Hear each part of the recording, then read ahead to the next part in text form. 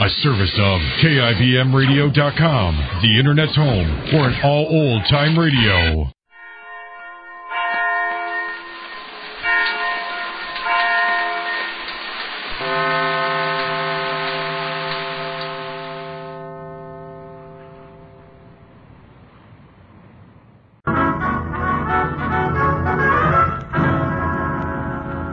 The Damon Runyon Theater.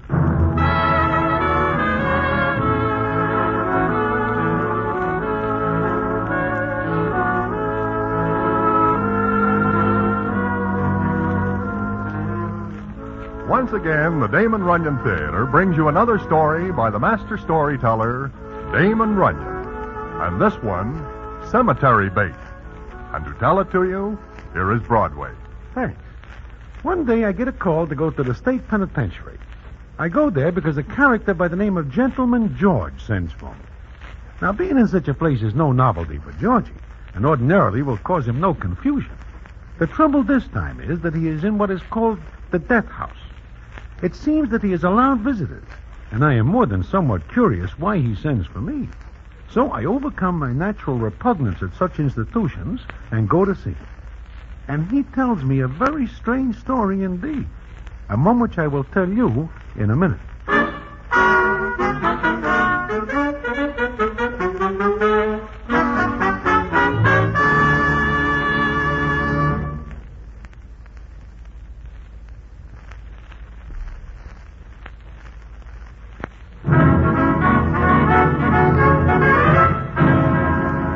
And now, back to the Damon Runyon Theater and the famous story, Cemetery Bait.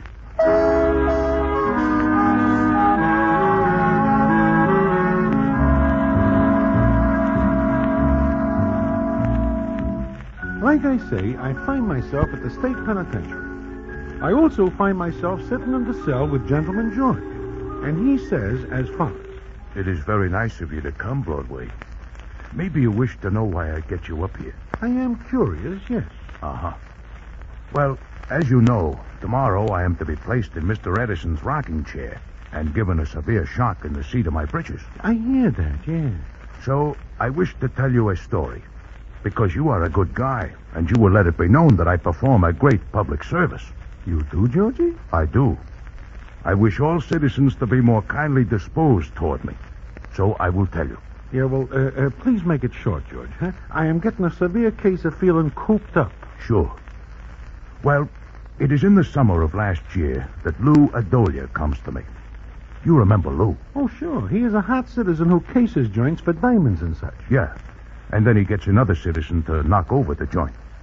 Well, like I say, Lou comes to me last summer, and he puts a proposition to me which reads like this. Georgie, I think I got a great job for you, only you'll have to go to Miami, Florida to knock it over.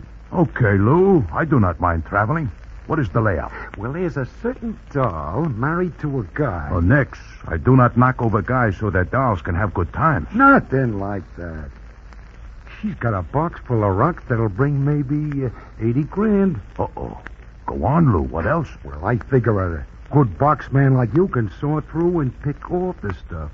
You got a place to unload it? Sure. Don't I always? Yeah. Okay, give me the rest of the setup. Well, we'll go to Miami. I'll do another case job on the layout, and you can work your way through from there. It'll be a lead pipe system. So, Broadway, it is not more than a week later that I find myself on a train going to Miami, Florida. The way Lou talks, it looks like I am going for a cinched job. Then it comes up one night on the train, and I am as sick as a pup because I eat fish, which I can never stand. I am on my bed when I hear a knock on my door.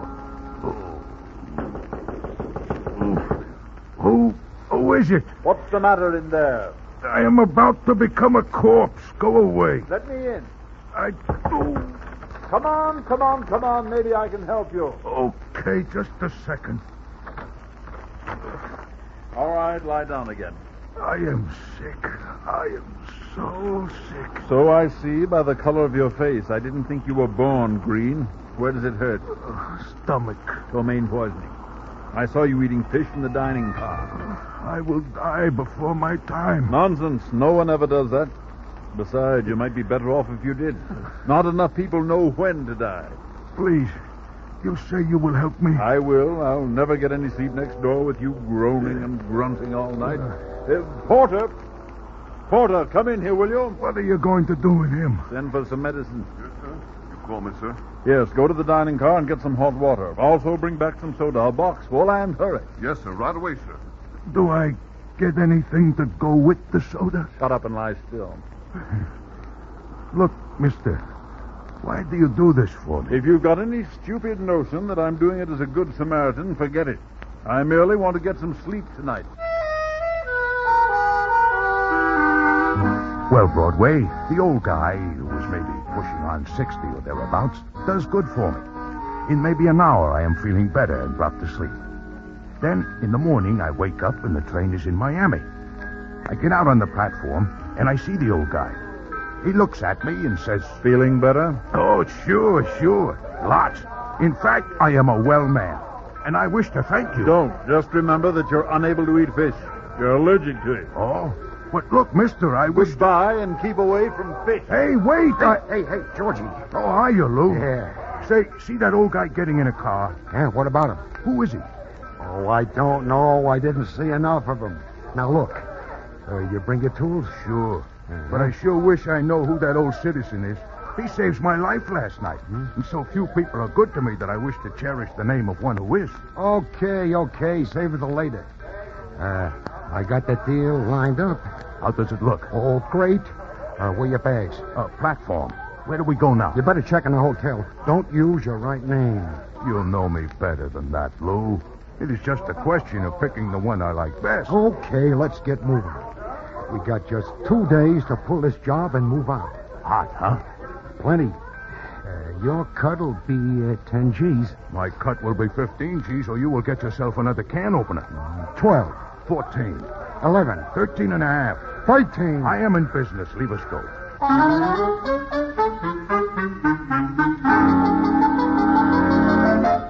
Well, Broadway, 13 G's is not bad for a day's work, so... Oh, Georgie, I ask you to skip the details.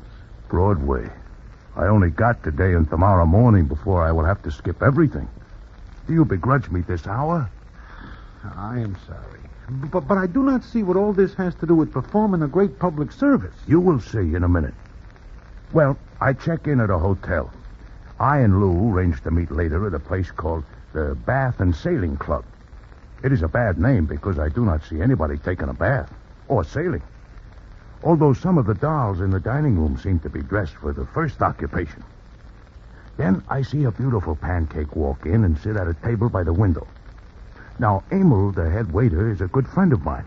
So I ask him who the doll is, and he says... The one in white, Mr. George? Yeah, the pancake with the dress that is made for dolls like her. Mr. George, she is cemetery bait. Uh-oh. Married, huh? To a jealous husband. This is bad arranging. Her husband is very selfish. That he is? My. She is very lovely. Gorgeous. But there is something about her I do not like, Emil. Name one thing. I do not mean in the way of equipment, but in the way her eyes look. To me, they are heavenly blue. They are on the cold side. Tiens, cold or not, she is beyond us, Mr. George. Especially since her husband is one of the best amateur marksmen in the world. Oh? Now I see why you call her cemetery bait. However, I have heard that she is looking around. It is a brave man who will overlook her husband. Ah, yes, but you will excuse nothing. Hi, George. Emil? Sit down, Lou. Yeah. See you later, Emil. Yes, sir. Yeah. Well, it's all set for tonight, George. My goodness, I hardly have time to get settled. You can do all right after you crack the job. Now, look. Here's the address. Take a good look. Okay, I got it. Right. Now, the maid who gives me the tip says the best time to finger the job is about 1 in the morning. I will have to keep late hours. For the love of Mike, will you shut up and let me talk? Go ahead. Okay. The safe is a tin can. You ought to be able to take it apart with a hairpin. Lou, you know I do a very neat job. No blasting, no drilling. I do not like to ruin other people's property. Well, getting the can open is your job. Once you get the stuff, I'll pick it up and get it out of Miami.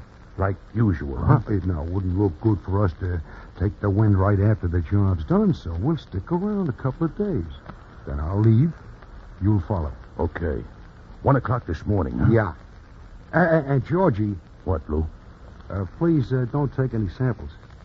What do you mean? I mean, I hope your pockets do not have holes in them so little trinkets slip into the linings. Lou, I promise you I will hold out nothing. Okay. Go right to your hotel. I'll pick up the stuff. It'll be out in Miami in an hour. Yeah. And I... what's the matter? Huh? I just think.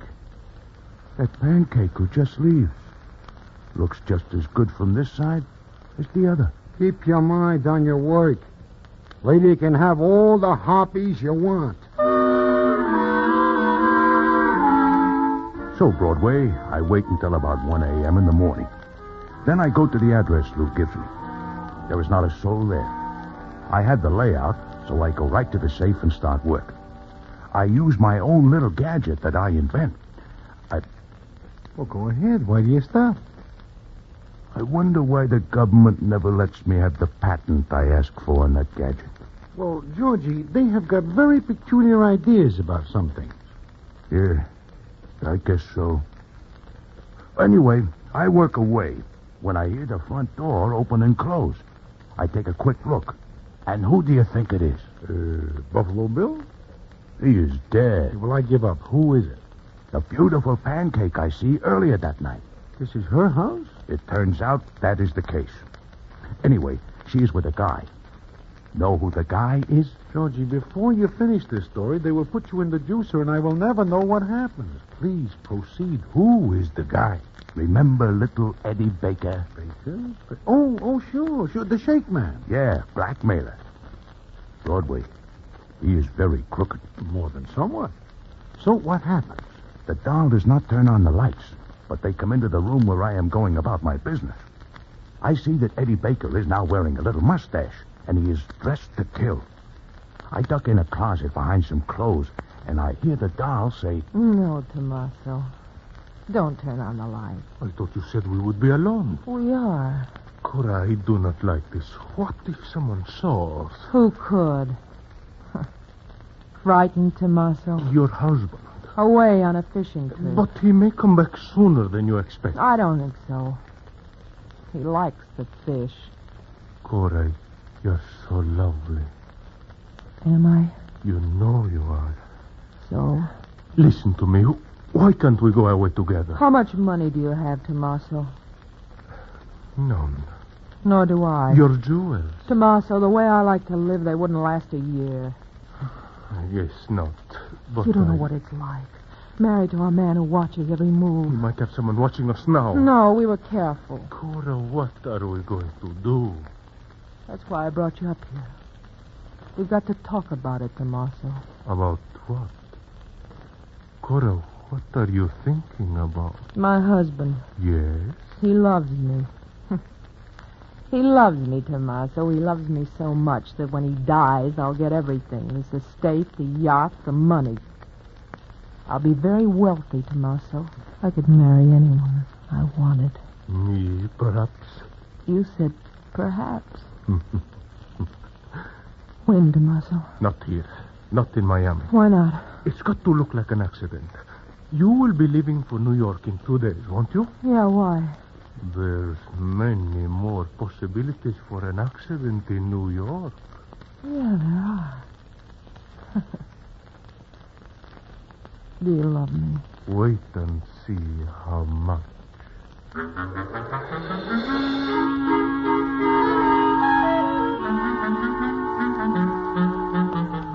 Well, that is the story the gentleman George tells me so far. And even though I am sitting in a penitentiary listening to it, I cannot leave because I wish to know what happened. I find out. And it is very strange indeed. And I will tell you about it in a minute.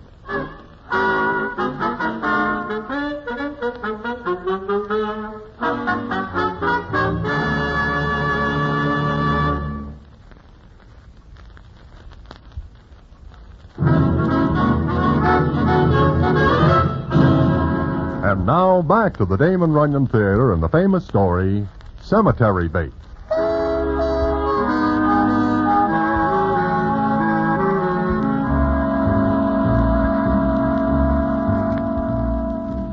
Like I say, I am sitting with Gentleman George in the death house listening to him. And he goes on to wit this. What time is it, Broadway? 3:30. What? My. Time goes real fast in a place like this. Yeah, it does, George. But you are telling me a story. Yeah, and I wish you to promise me that you will tell it so everybody can see what a great public service I do, even though I am waiting to be fried.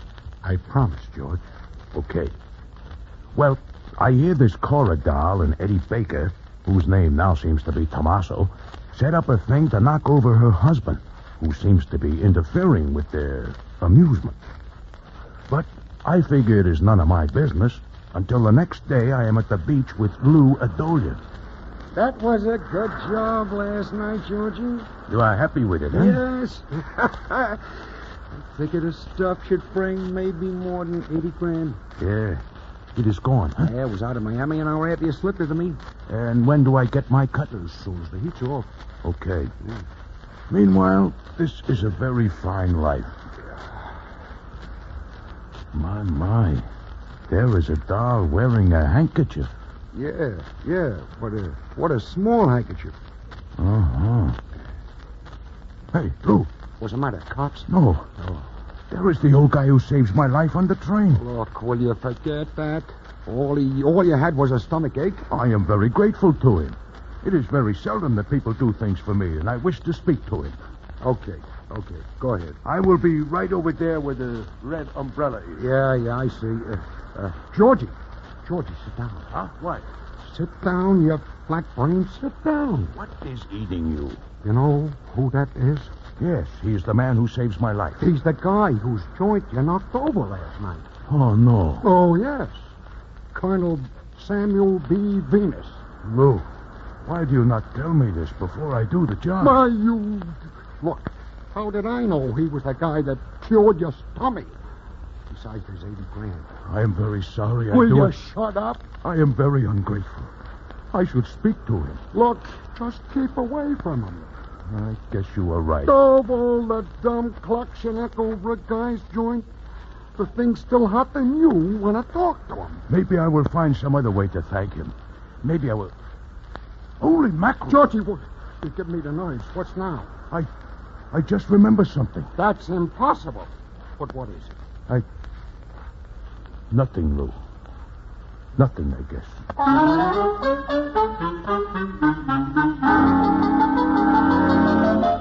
But I do remember something, Broadway. This Colonel Samuel B. Venus is the husband that Cora and Tommaso are going to decease. Yeah, that is right. Now, personally, I would not care if they do it on somebody else. But the Colonel saves my life. You understand? Sure, I understand. But somehow it seems to be a little unimportant considering where we are. Huh? Nothing. So what happens then, George? Well, I figure I will try to do something without getting myself in trouble for the little job I do for Lou Adolia. So I stick around, and I find that the Colonel and Cora are going to New York by boat. So I go the same way. The boat is named the Castilia. Castilia. That is very familiar. Sure. I just tell it to you. No, I mean I read something about that boat. Oh, well, I will tell you what it is you remember. Yeah, well, all right. You are on the boat. So is the Colonel and the doll Cora. Aha. And so is Tommaso. But you know what? I do not know what. What, Georgie? The Cora pancake and Tommaso never even look at each other. It is like they are strangers. That is very strange, right? Well, perhaps they do not wish the Colonel to see them together. Yeah. That is real smart of you. But I watch them. But they never make a move to do in the old guy. Then it comes up one night, and I am in my cell. Cell? Cabin. Oh. Yeah, I am in my cabin with Lou Adolia, who is along. I'm just getting some sleep when all of a sudden I hear a lot of noise. Hey, what's that? The bell. Hey, what's going on? Who is throwing a party? George, let's get out of here. This tank is on fire. What? Come on, quick. I am not dressed. Get going, you big dope. Come on. Which way, Lou? Come on, let's get up the stairs. With all this water around, how does a boat catch on fire? Come on, move faster, will Hey, you? wait a minute. What for? Look, I have got an idea. Oh, not at a time like this. You go ahead. I will follow. What are you going to do? A lot of people will be rushing out and maybe leave valuables. I can pick up some trinkets. You shot the right time. Ah, it is all right. You go ahead. I will make hay while the sun shines. Okay, it's your funeral. See you later. Anybody in here? I just wish to tell you the boat is on fire.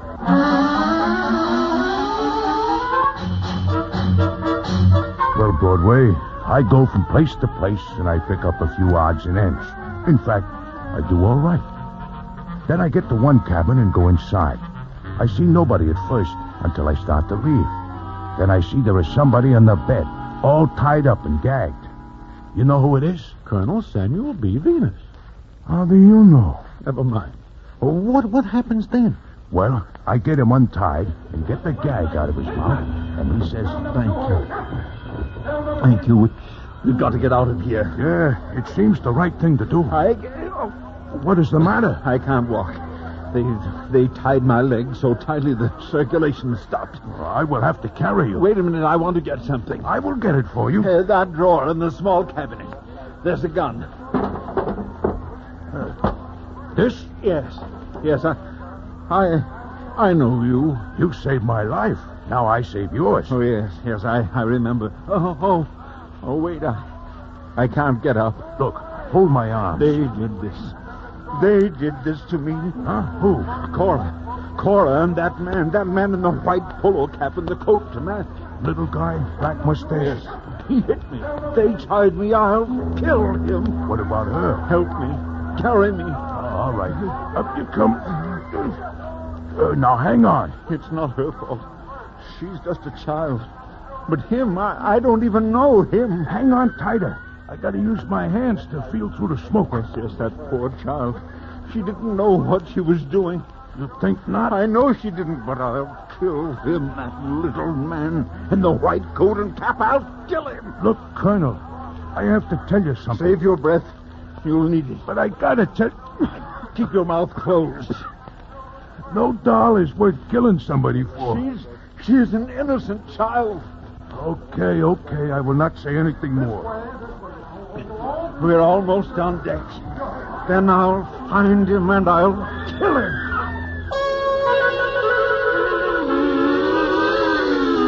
I get the old guy on deck. He is pretty done in, so I take a look around for myself on deck. Everybody is getting in little boats and on rafts. And I see a few things, and I do a little thinking about the old guy and the doll he thinks is an innocent child. Then I go back to where I leave the colonel, and I see he is looking out to sea. Look in that lifeboat. Out there, do you see? Yeah, I see. Somebody in a white polo coat and cap. Oh, but better get on this raft, Colonel. That's the man. I won't let him get away. Look, Colonel. I'll kill him. You're going to shoot him? Now. Nobody will hear the shots. But you cannot hit him at that distance. And the boat is bobbing up and down. I've hit harder targets than that, and for less reason. Watch.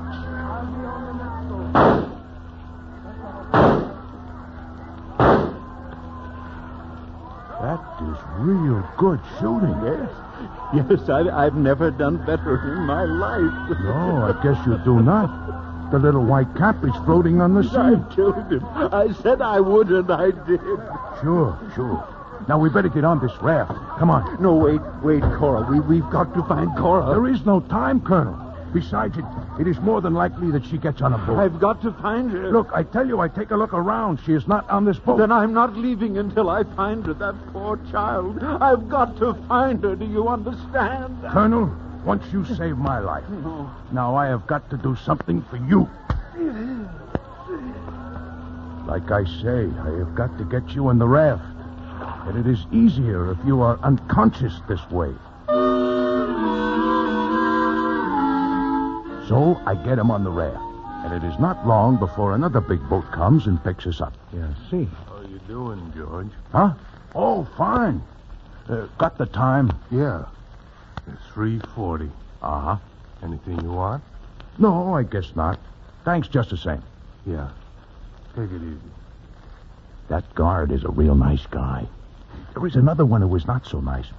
Probably because I take $2 away from him with two-handed pinochle. Yeah, but George... Huh? You say you do a great public service, and you wish me to tell people about it. However, I cannot tell people what it is unless you tell me. Oh, yeah, I am coming to that. First, got a cigarette? Sure. Here. Thanks. Light? Here.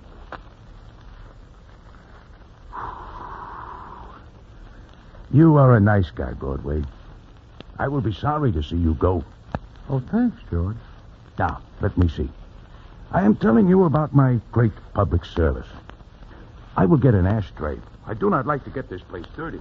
Well, George walks to get an ashtray, and when he gets it, he comes back and gives me the payoff of the story, which I will tell you in a minute.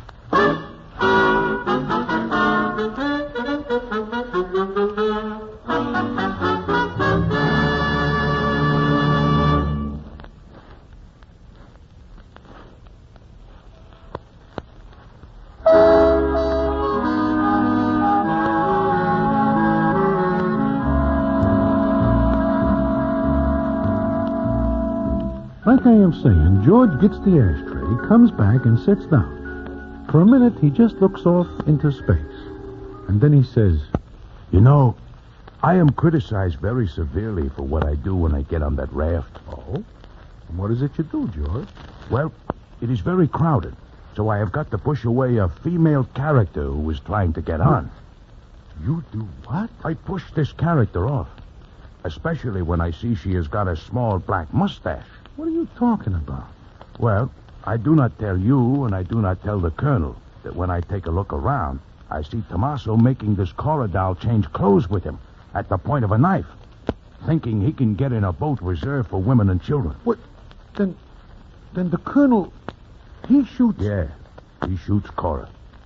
She deserves it, Broadway, because he is a nice old guy, and she does not deserve him. Does he find it out? Yeah. He is now in a place where they keep guys who go off their rockers. Yeah. But look, George, why do you not tell everybody that it is not a female you push away? That it is this Tommaso? You have still got some hours to clear that up. Well, I tell you, do I not? But I cannot keep you out of the juicer. Oh, you misunderstand. I am not here for giving Tommaso the heave-ho, although that is the public service I speak about. Because I figure he is a menace to the sanctity of the American home. Well, then why... I am here because Lou Adolia forgets to give me my cut. And one night, I push his car over a cliff, and I forget to remove him from St. Yeah. Yeah, I see. Well, I guess I will be going. Yeah. Thanks for coming, Broadway. Oh, not at all. Well, George, bon voyage. Thanks. The same to you. And many of them.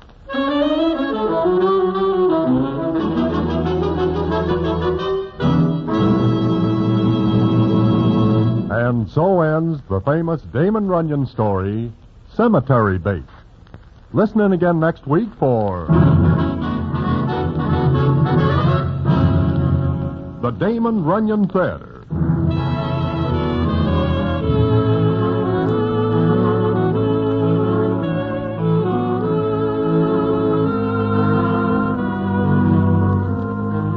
The Damon Runyon Theater, with John Brown as Broadway, is directed by Richard Sandville, and the story is adapted for radio by Russell Hughes.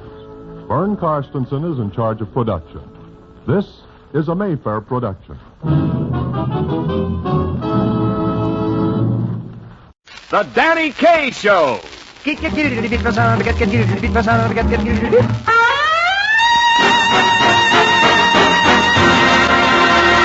Yes, it's the Danny Kaye Show with Eve Arden, Lionel Stander, yours truly Ken Niles, and the outstanding music of America's top band, Harry James and his music makers.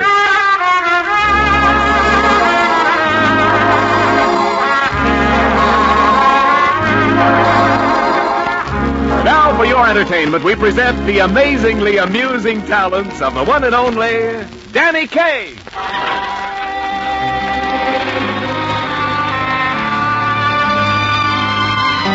Very pretty I should like to delve into the Slavic mood and do a song that my father wrote for me when he was 9 weeks old. He used to take me on his knee and say, Kolya, my little gypsy, it's time for you to become a man. Time for you to go out in the world and learn the facts of life. So I packed my little korzinka and I left. I wandered over hills and dales, small villages and pretty cities. And then I met my first woman. She was gorgeous, sensationally beautiful. When she walked was like a little gazelle strolling in the pastures. And when she spoke, her voice was like the voice of angels. Soft and mellow!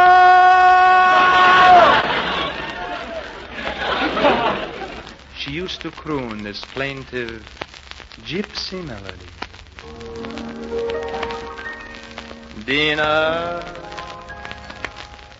is there anyone finer in the state of Carolina? If there is and you know her, show her to me, oh Dinah. With her Dixie eyes blazing, how I love to sit and gaze to the ease of Dinah Lee.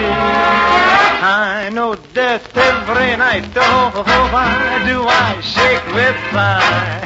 Because my Dinah might change her mind about me. Hey, hey, Dinah, if she wanted to China, I would hop that ocean liner just to be with her. Read to give it, to get it, to beat it, to hit it, to beat for fame, to get it, to beat for sound, to get it, to beat for sound, to give it, to go, got it, gay, how to gay, say, hit it, to beat it, to beat it, to come, read to come, to get it, to beat it, to hit it, to bay, reach it, to get my funnel again, drum band, drum band, drum band, drum band, read to come, got it, gay,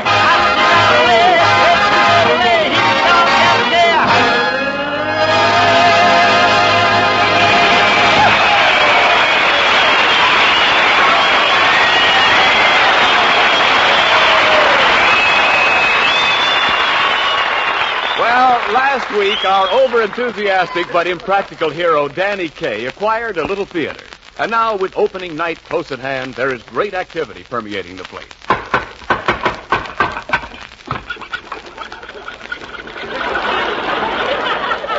Hey, Danny, help me, will you? Well, certainly, Lionel. What's your problem? Well, it's your publicity, man. I'm trying to paint a poster for the front of your theater. You are? Yeah.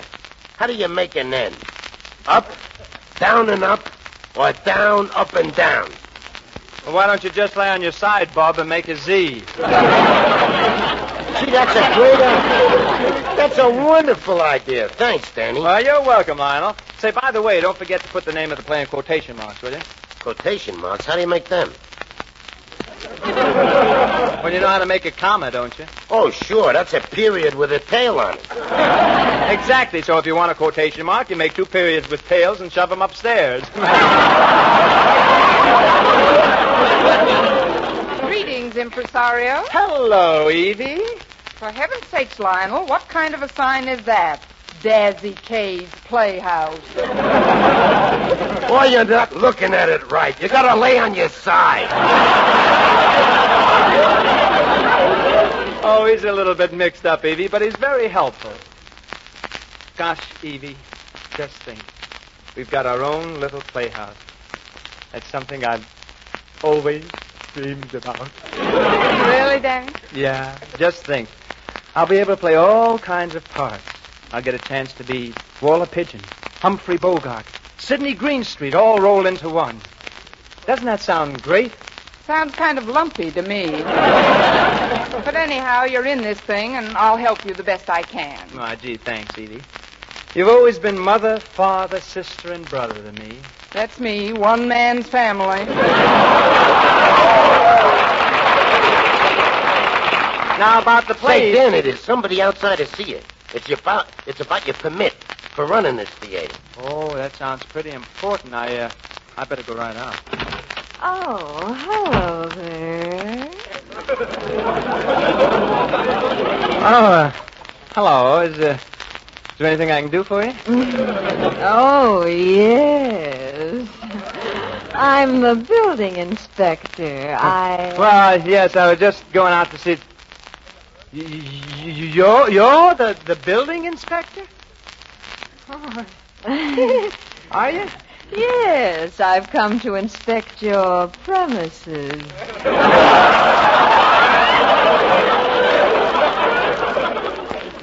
My, premises?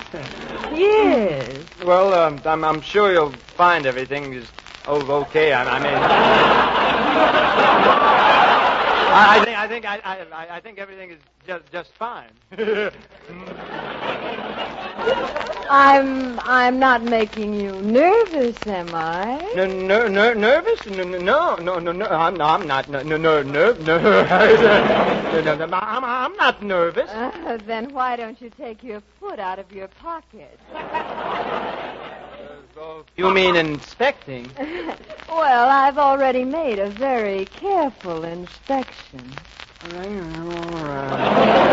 Well, what's your opinion? Solid, brother, solid.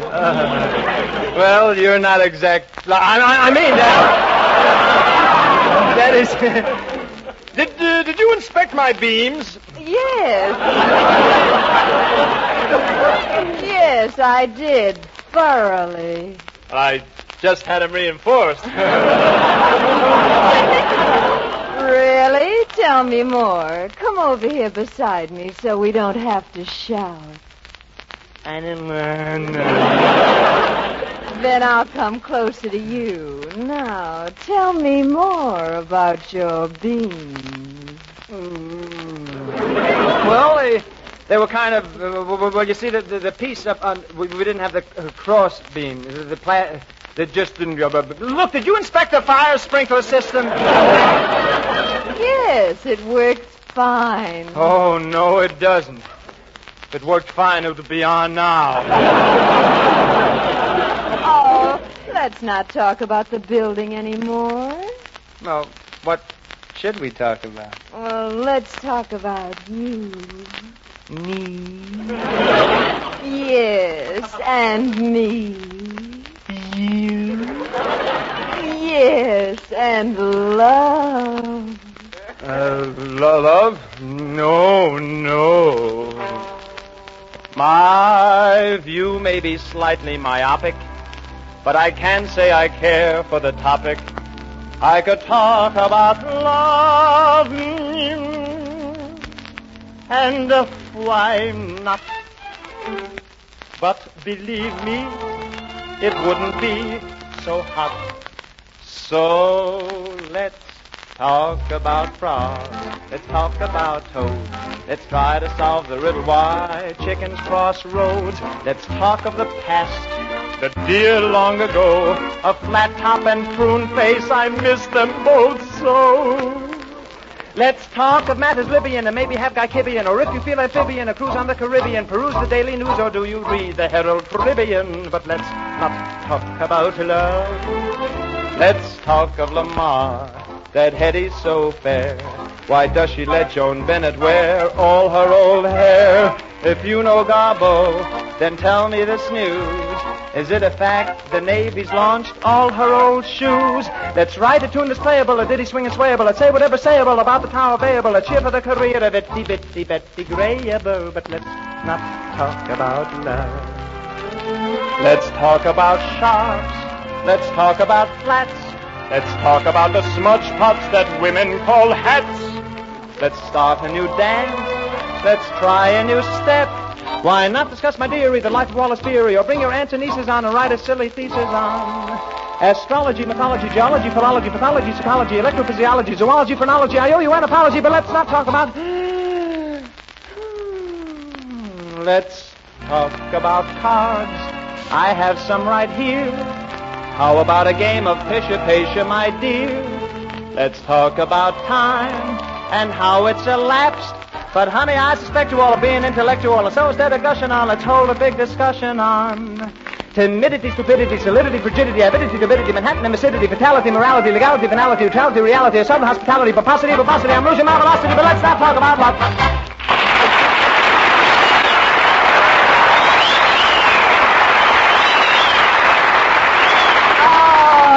That's wonderful, Mr. Kaye, but I'd still like to talk about love. Well, Hello, Danny. Well, Ken Niles, am I glad to see you. Oh, miss, this is Ken Niles. See you later, boys. How are you, Mr. Niles? Or do you mind if I call you Ken? Mind? Why, you can call me anything or any time, for that matter. How sweet. Awfully warm in here, isn't it? Yes, very warm. Oh, let's not talk about the weather, Ken. Say, well, I think we better start getting things organized around here. Ken, will you raise the curtain? Yes, Mr. Kaye. Lionel, put those chairs in the center of the stage. Yes, Mr. Kaye. Hey, Bob, hit me with a white spotlight. Yes, Mr. Kaye.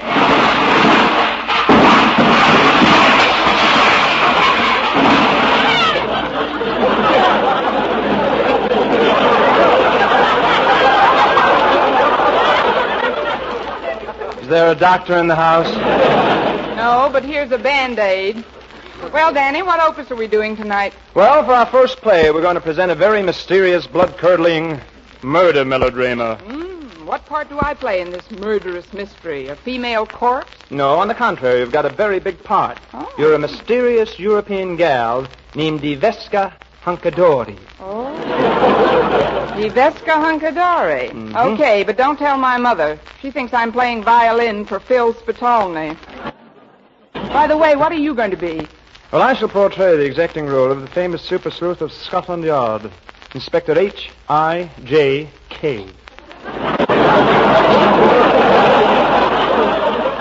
Now, remember, kids, let's all play our parts just as though we had an audience. Oh, you're beginning to doubt it, too. Oh, come now, Evie. Now, look, kids, you'd better go in and get your costumes on. We'll start as soon as you're ready. Come in.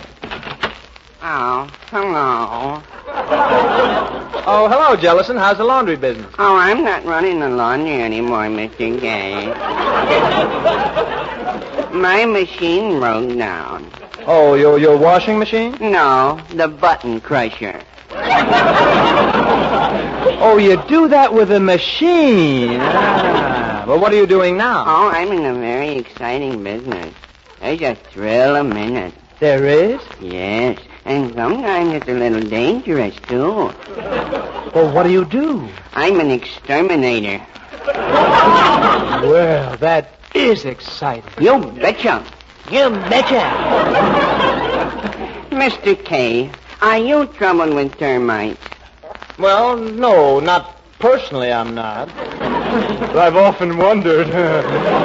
Say, how do you go about getting rid of termites? Oh, I have a method all my own. I take a chair and a whip and a pistol and go right down into the cellar with them. You do? Yes, sir. Right where those termites are chewing away on the timbers. Oh. And then when you're face to face with them, you kill them, huh? Oh, no. I don't hurt the little dears. I just pull their teeth and set them free. Isn't that cute? Oh, sure. A toothless termite couldn't gum his way through a lady finger. Ready, Danny? Oh, fine, Evie. I'd like to talk to you some more, Jellison, but we've got a play to do. Oh, good. Can I watch it? Watch it? Yeah, you can watch it if you want to, Jellison. Say, Danny, I'm having a little trouble with my band setup. What's the matter, Harry? Isn't there enough room in the orchestra pit? Orchestra pit? It looks like a telephone booth lying on its side. That's the way I make an end. Well, gee, Harry, the pit is deep enough, isn't it? I'll say it's deep. I had to send my French horn player home. He got the bends. Well, why don't you try the pit on for size, Harry, and see how it works? Run through the 920 special, huh?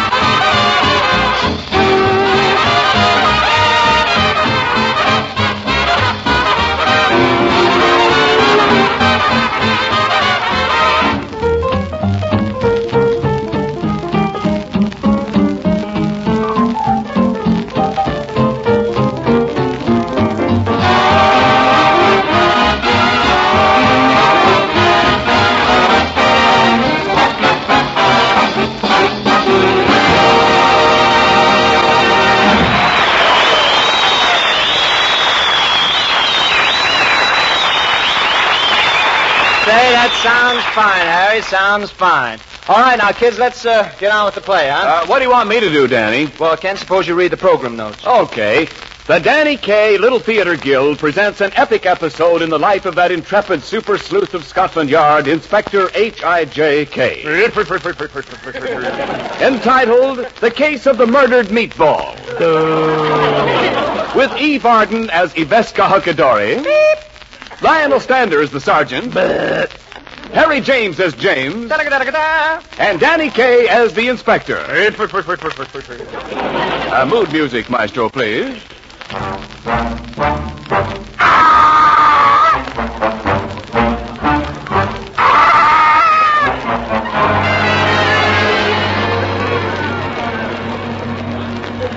The scene, Scotland Yard, where we find the renowned Inspector Kaye hard at work in his crime laboratory. Sergeant Stander, hand me that test tube. Here you are, Inspector Kaye. Now, watch closely. First, I put in some magnesium monophosphate. Then I add some butane hydrochloride. And I pour in a dash of oxohydric acid.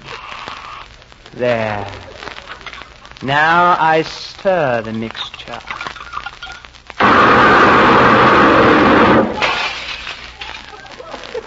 There must be an easier way to make iced tea. Gad, Sergeant, things have been beastly dull lately. Beastly dull. Not a crime in 48 hours. Gee, 48 hours. That's practically a whole day. Quite. This inactivity is frightfully appalling. I shall take that line again. This inactivity is frightfully appalling. That's better. Turn on the police wireless, Sergeant. Calling car 89. Calling car 89. Why haven't we heard from you all day? Is it anything we said?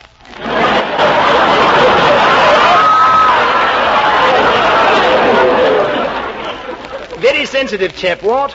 Attention, Inspector Kaye. Go to 1313 South Kensington Street. There has been a murder. A murder? Did he say a murder? Yes, I said a murder. Murder, he says. That's the whole time he says the murder, he says. Inspector, you're supposed to be the inspector. I'm sorry. I beg your pardon, Sergeant. I was carried away. This American butter jigging, what? Come, Sergeant. Let's hire us hence.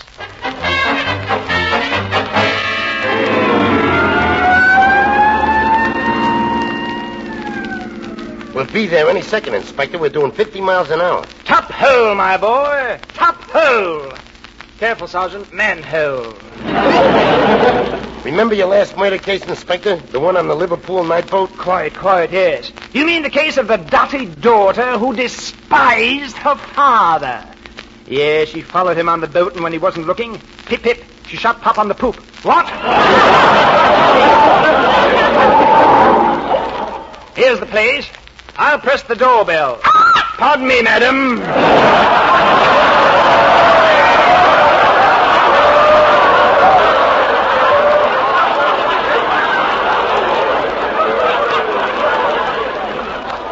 Blasted fog.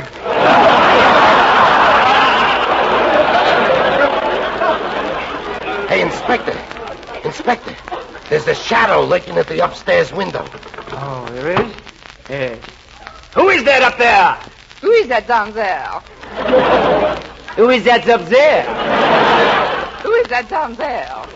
Who is that up there who keeps saying who is that down there when I say who is that up there?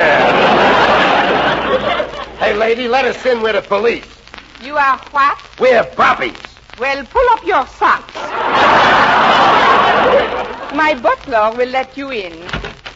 Good evening. I am James, the butler. You, the butler? Yes, I'm replacing the chambermaid for active duty. Ooh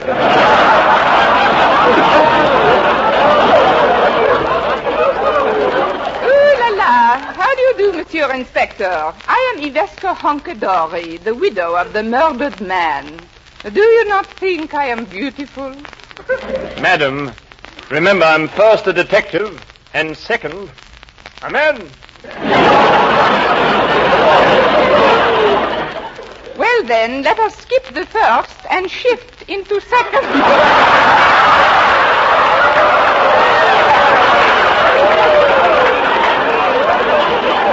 Madam! Yes? Madam, where is the corpse? What? Where is the corpse? Oh, I see. Right in here. There he is, Inspector, on the floor. My word. Ghastly. Inspector, do you have any idea who murdered my little meatball? Your meatball? What meatball? I mean my late husband. I call him Meatball because he had always tomato sauce on his vest. Well, I'll have to examine the body first, but right now I shall have to remove my monocle.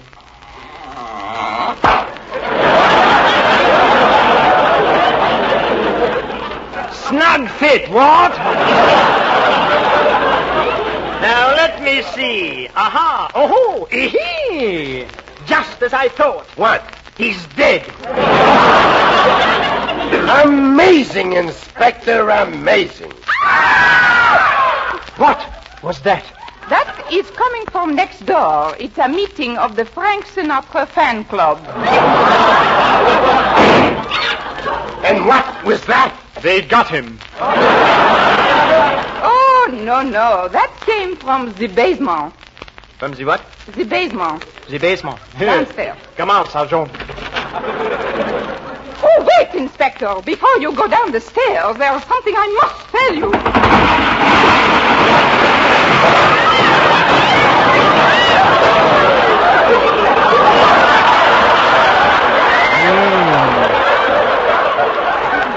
Just, what did you want to tell me, madam? There are no stairs. My word, it's beastly dark down here. What? I said it's beastly dark down here. Oh, answer my own question, what? I said answer my own question. I say, how long can this keep going on here? Inspector, there's somebody over there behind the furnace. Come out of there, whoever you are. I've got you covered, you hear? Absolutely covered. What are you doing down here? Who are you? Speak up. I'm a building inspector. I'm getting back to the corpse. It's safer. Inspector, are you coming up? Madam, I'll be up there before you can say Jack Robinson. Hello, madam. Sorry I kept you waiting. Now back to the murder. Tell me, madam, did your late husband have any enemies? No, he was a good man. Everybody loved him. He was kind, I tell you. Then somebody killed him. Why did it have to be my poor innocent meatball? Why? If there are movie scouts listening in, I also do light comedy. Madam, your name, Hunkadori, that's Hungarian, is it not? Oui. Then your it says yes here. I am living the part. Oh, pardon. Then your husband must have been the great Hungarian chemist, Halvar Hunkadori. The same. Who was Halvar Hunkadori? Why, Sergeant, I'm surprised. He was the inventor of Goulis goulash. Goulis goulash? Absolutely. He took a great quantity of goulash, put it in a pot, boiled away all the goo until there was nothing left but lash. He then put it on the market under the trade name of Mother Hunkadori's Hungarian homogenized lash. Unfortunately, nobody bought it.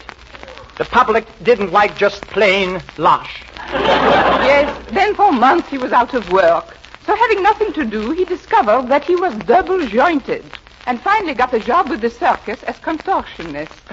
Wasn't he known as Halvar, the alphabet soup man? That he was. Then the case is solved. Madam, your husband wasn't murdered. He committed suicide. What?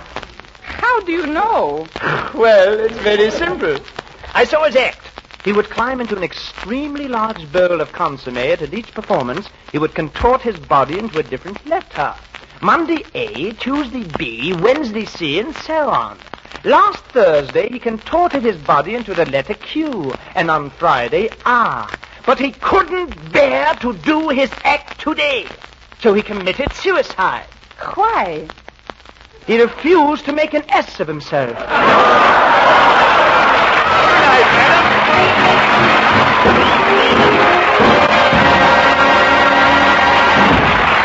And so ends the baffling case of the murdered Meatball. Did you like it, Ken? Well, Eve, as a spectator, I like the play very much, but as a criminologist, I didn't agree with some of Inspector Kaye's theory. You didn't, Bob? Well, kiddies, it's almost time to turn down the lights now and lock up the playhouse for this session anyway. Oh, come in. Oh, hello. It's you again. Anything wrong? Oh, no, but aren't you going to say something to me before you go? Oh, sure. Good night. This is the Armed Forces Radio Service.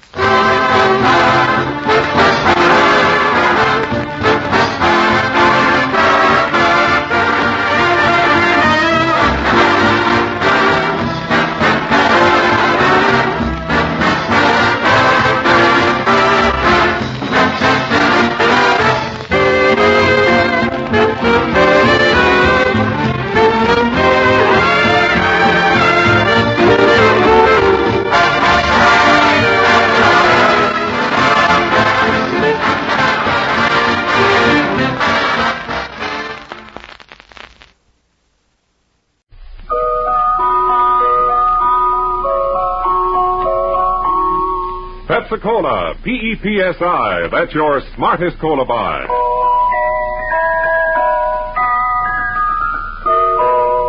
Pepsi-Cola presents Counter Spy.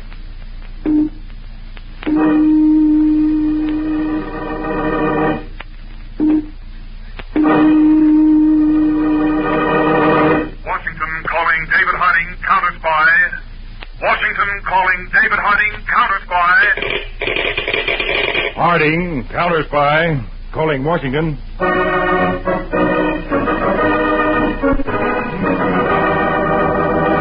United States Counter Spies, especially appointed to investigate and combat the enemies of our country, both at home and abroad.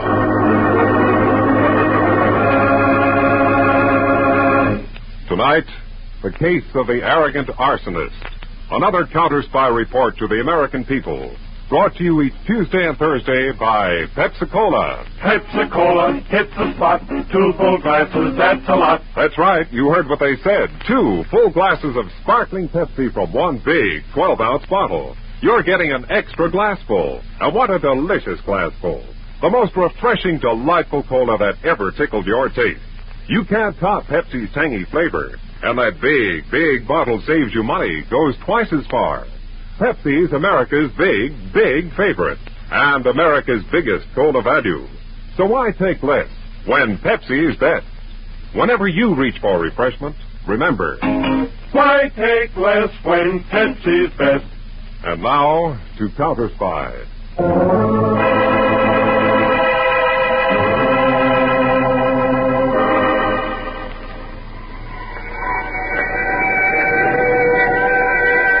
One of the most despicable of all crimes is the malicious setting of fire.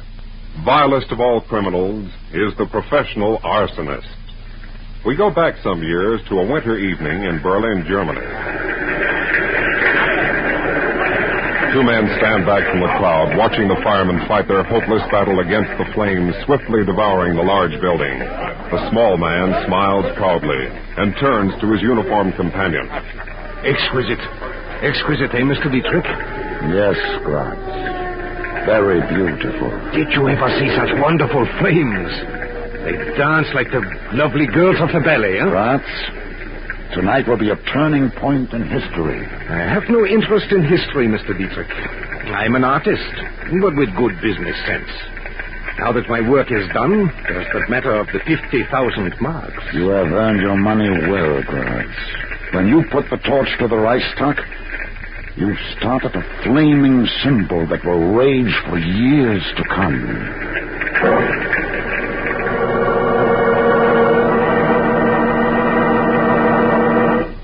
That was February 27th, 1933, the infamous Reichstag fire in Berlin.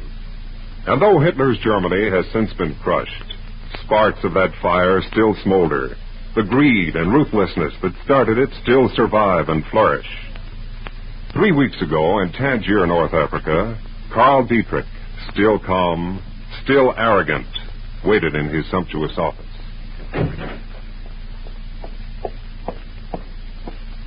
Your phone call to Wolf in New York is ready, Mr. Dietrich. Thank you, Nina. Hello, Wolf. Dietrich. Did you get my message, Mr. Dietrich? Yes. Miss Campo decoded it properly.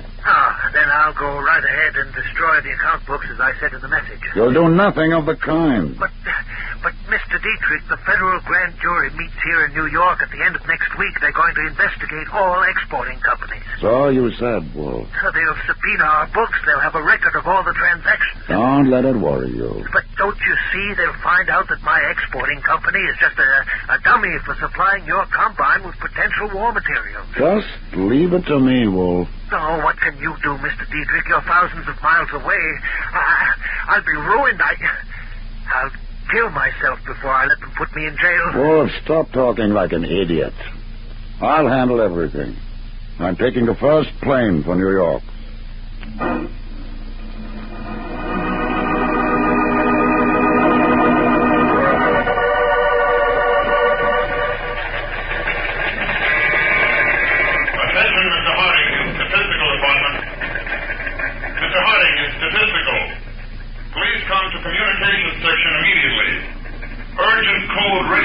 Just received from Tangier.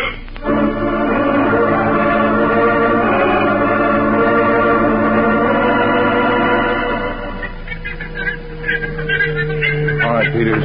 Switch that message to Channel 4. Adjust the speed of the turntable. Right, Mr. Harding.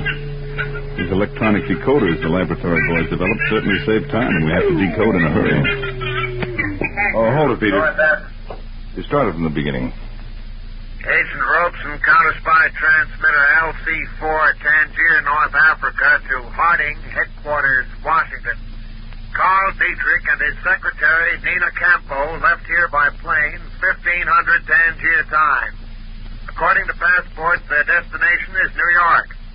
Investigation shows Dietrich's departure was hasty and unexpected. It followed an overseas phone call with New York. That is all. That tip you passed along the grapevine to Eric Wolf in New York worked, huh, Dave? Looks that way, Peter. You certainly pegged Wolf for the jittery tot. He smells trouble, and right away he sends for Papa Dietrich. That was a smart stunt not to pull Wolf in for questioning. Well, Wolf's only a small cog in Dietrich's setup, Peter. He's just the man who ships the supplies to the Marshall Plan countries. And you want the big boy, Dietrich? Yes. It's Dietrich who engineers the trick of getting such war potential items as oil, steel, and chemicals transshipped to his customers in nations outside the Marshall Plan. Well, it looks like we'll be able to reel in the big fish now. Yeah. As long as Dietrich was operating from his Tangier headquarters, he was out of our reach. Now all we have to do is nail him when he steps off the plane in New York. Well, I'm not having Dietrich picked up, Peter, yet. Dietrich's a shrewd operator. We need direct evidence against him. So we go to New York there? That's right, Peter. We go to New York and we stand by until Dietrich and Wolf give us the evidence we want.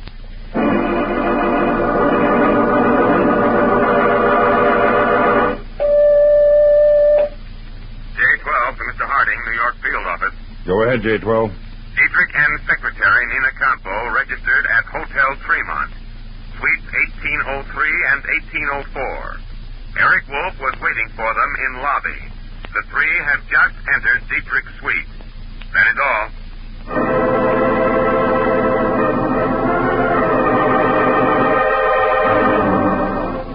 Wolf, you'll join us in a drink, huh? No, thank you, Mr. Dietrich. You, Nina? Usual, I suppose. The usual, Mr. Dietrich. Mr. Dietrich, the grand jury convenes at the end of the week. Yes, Wolf, I know. How can you be so calm? I have a calm nature. I won't have a chance. My books they'll expose everything. I'll be finished. Something's got to be done. You've got to save me, Mr. Dietrich. For heaven's sake, Wolf, stop that disgusting whining. Here's your drink, Nina. Thank you, Mr. Dietrich. Wolf, don't you realize I've as much to lose as you have? More. You think I ran the risk of coming here just for pleasure? I have millions at stake. But if our account books are taken before the grand jury... Let me worry about those books, Wolf. That should be Gratz, the gentleman I'm expecting. Nina, let him in, please. Of course, Mr. Dietrich. And Nina. Yes, Mr. Dietrich. Keep that door to the foyer closed in case of it knocks dry. Certainly.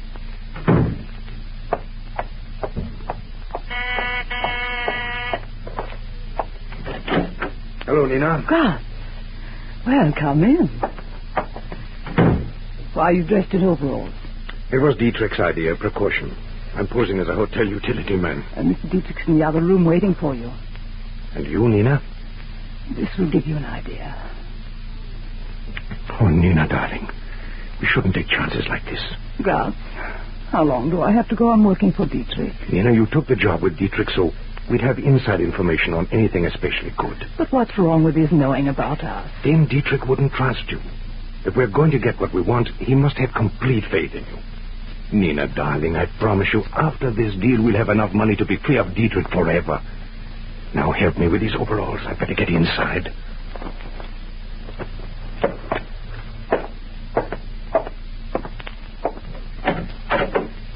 Oh, Gratz, come in. I want you to meet Mr. Wolf. This is Mr. Gratz. Mr. Wolf? How do you do? A pleasure. Wolf, my old friend Gratz is going to attend to your account books. He's going to destroy them. What? Destroy them? Well, that would give us away. You said so yourself. I believe you have a supply of kerosene oil on hand in your warehouse. Yes, for export next week. That kerosene is not going to be exported. Not? Your warehouse is going up in smoke. I had Gratz come up from Argentina especially for the assignment. Gratz specializes in fires. The Reichstag was my masterpiece. Tomorrow morning, Wolf, Gratz will visit you at your warehouse. He will pose as an insurance inspector. You will show me through the building, and I will select the best way to approach the problem. The evening after next, Wolf, your warehouse will be destroyed. An unfortunate accident. But, Mr. Dietrich, what if they find out it isn't an accident? Wolf, I, Hans Gratz, am a perfectionist. When I create an accidental fire, believe me, it's accidental.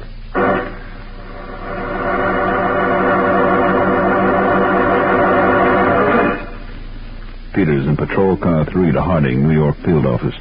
Go ahead, Peters. Wolf just came out of the Hotel Tremont. He visited Dietrich for an hour. All right, Peters. Have J12 keep on Wolf's trail. Gotcha. Also tell J9 to stick close to Dietrich when and if he leaves the hotel. And one more thing, Peters. Yeah? Assign a man to shadow Dietrich's secretary. I'm curious to see where Nina Campo fits into this picture.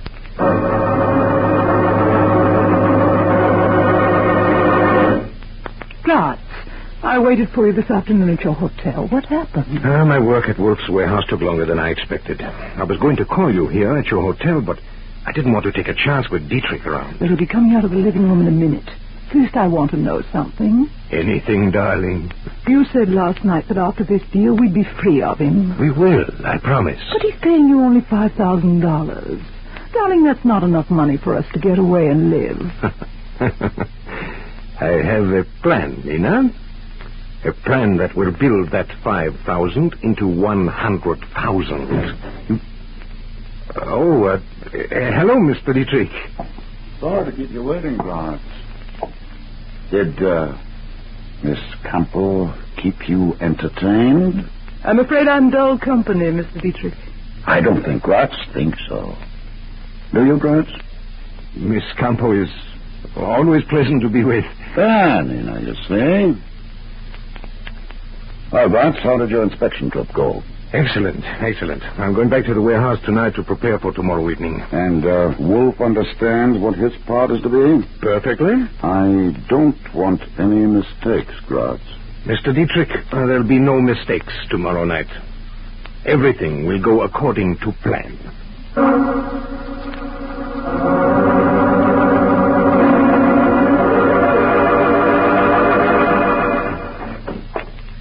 Mr. Harding, J12 is on the radio telephone with a report for you. Good. This is Harding. Relay J12 in on Circuit 5.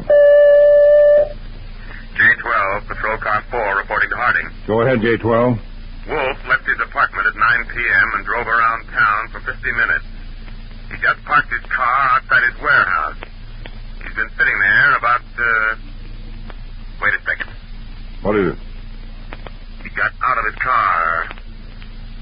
Now he's opening the warehouse door and going in. Well, stand pat, J12. Don't follow him in. I don't want to scare him. Peters and I are on our way down.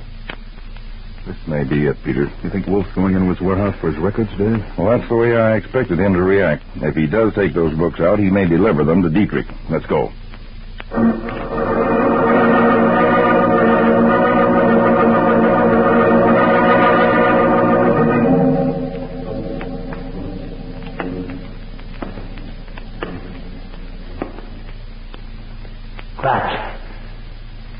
Gratz. Over here, Wolf, near the rear door. You're 3 minutes late, Wolf. I waited outside a little first. You told me to make sure I wasn't seen coming in here. Is everything ready, Gratz? Of course. Amazing. How simply Mr. Dietrich solved such difficult problems. I thought I'd never get out of this difficulty, but soon my worries will be over. Yes, Mr. Dietrich is a remarkable gentleman. Hadn't we better get over to the kerosene drums so you can start the fire? Fire will start right here with this pile of Excelsior. But the kerosene's at the other end of the building, near the office where the account books are. Gratz, we can't take a chance. The fireman may get here and put the fire out before it gets that far. I told you, Wolf, I'm a perfectionist. Nothing can save this warehouse once I put a match to this Excelsior. How can you be sure? How can you? My dear Wolf, there are secrets to every trade. For example, look over there on the floor behind you. Huh? Well, where do you mean? I don't see anything particular. As you said before, Wolf, soon all your worries will be over. You were right. You and all your worries are going up in smoke.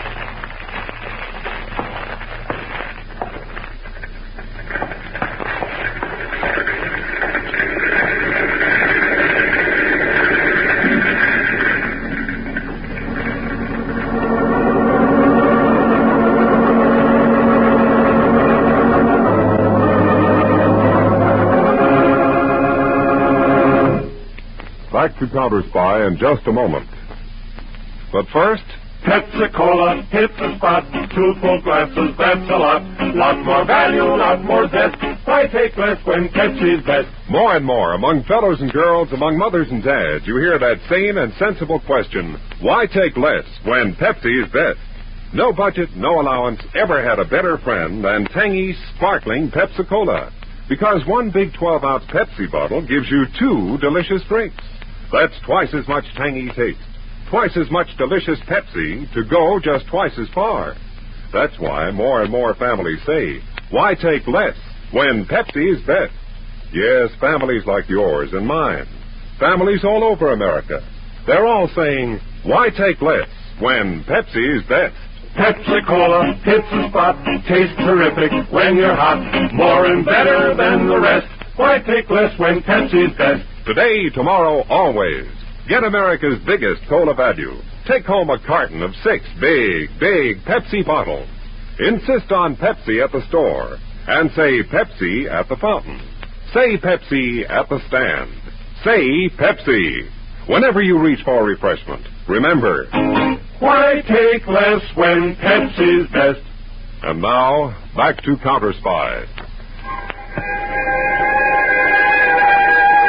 The street before the Wolf warehouse is a black mass of people. as 3 fire companies fight the towering flames. Back of the fire lines, David Harding, in a counter-spy patrol car, with his assistant, Harry Peters, is receiving a report from another agent. Harding, I was waiting outside the warehouse for Wolf, as you ordered.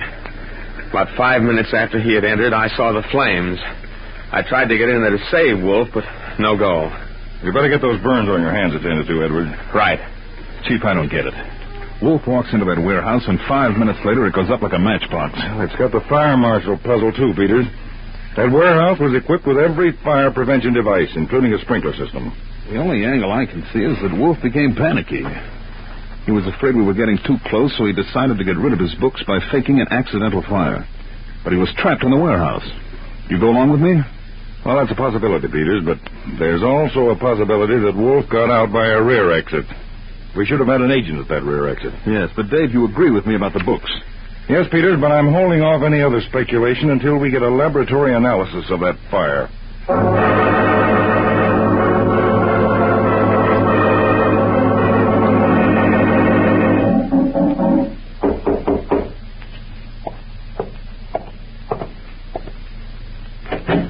Nina, come in, darling. I can only stay a minute, Gus. I told Dietrich I was going for a short walk. He said you told him everything went according to plan. Almost. Well, Dietrich said it was perfect. It was, Nina. For us. But not for Dietrich. I don't understand you. I told you I'm going to build that $5,000 into $100,000. Remember? Yes. In that fire tonight, Dietrich got only one of the 2 things he wanted. Wolf's death. Unfortunately, the second thing, the account books, they were not burned in the flames. What do you mean? I removed the account books from the warehouse. They are now right here in my closet. Oh. It would have been a crime to destroy them for only $5,000. After all, Nina, such valuable documents. Really a crime, don't you agree, darling? Yes. Yes. Dietrich could pay anything to get his hands on those books, wouldn't he? 100,000 will be enough. We mustn't be pigs. Oh, Graz. Graz, you're wonderful. Nina, I can hardly wait to see Carl Dietrich's face when I tell him the price is $100,000.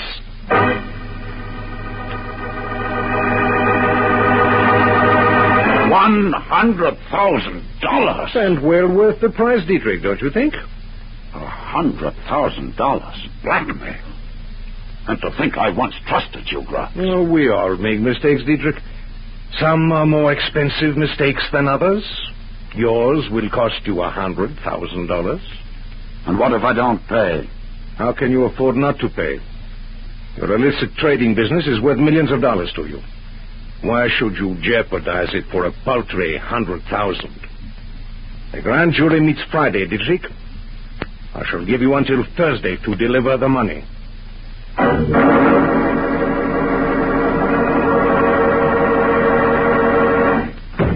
got your message. We get over here to the field office right away, Dave. What's up? The laboratory analysis on that fire is ready for us, Peter. First, that warehouse was set ablaze by probably the cleverest arsonist in the business. Oh? Next, the flames spread quickly because of oil in the warehouse. That black smoke, huh? We guessed that last night. Yeah, but here's something we didn't guess. Our chemist found globules of kerosene oil in the sprinkler system pipes and valves. The sprinkler system was apparently loaded with kerosene instead of water. As the lab reconstructed, the arsonist started a small fire in the rear of the warehouse. The heat opened the sprinkler valves and the kerosene took care of the rest. That's right. A real professional job. Well, how about Wolf? Traces of human bone were found in the ruins. There's no doubt Wolf died in that fire. There's a good possibility he was murdered. Yes. It might have been convenient for Dietrich to get Wolf out of the way. Very convenient. Dietrich would be burning 2 birds with 1 match. We can't pick Dietrich up on that rap, Chief. According to our reports, he was in his hotel room all evening. Yes, I know, but there's another... Oh, just a minute. Harding. J-12 reporting, sir. Go ahead, J-12. Nina Campbell left her room at the Tremont Hotel. She's now visiting room 907 at the Hotel Sergeant. Okay, J-12, let me have a full report when Nina Campbell returns to the sergeant. Right. Nina Campbell? Hotel sergeant. What's that about, Dave? Dietrich's secretary, Nina Campo, left her hotel last night, Peters. You think maybe she's the one who put the torch to the warehouse? No. Nina Campo walked out of her hotel at 11, almost an hour after the fire began. Where'd she go? The same place where she is now, room 907 in the Hotel Sergeant. And Peters, the occupant of 907, is a man named Gratz. Gratz? A checkup shows he arrived in New York Sunday on a plane from Argentina. Then maybe Gratz is the firebug. It could be. There's more. J12 got into the room next to his. He overheard Nino Campo and Gratz making arrangements to meet there this afternoon again. Oh, it's too bad we haven't got a detector phone in there. But we have. I had it installed this morning. Oh, I might have known. Peters, I'm very anxious to hear the recording of the conversation between Gratz and Nina Campo. There's no telling what interesting things those two are saying to each other.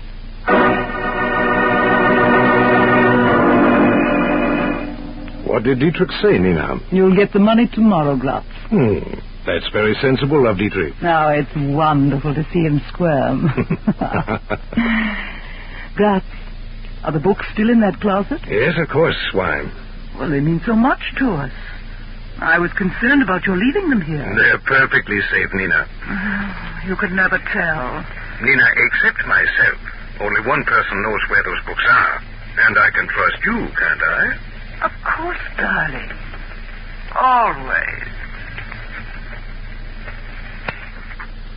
Oh, Peters?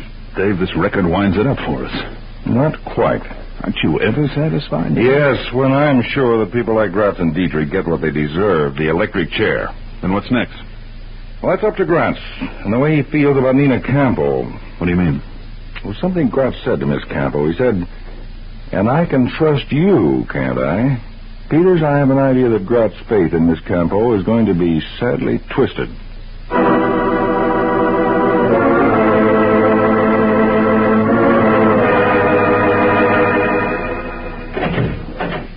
Come in, Gratz. You haven't brought the books with you, Gratz. I have the money ready, but you were to bring the books. I brought this instead. What do you expect to accomplish with a gun? Hold me up? We'll talk about it in the other room. Move along. Very well.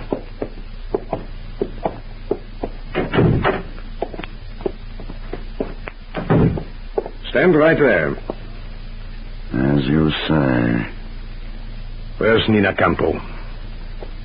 Why? Where is she?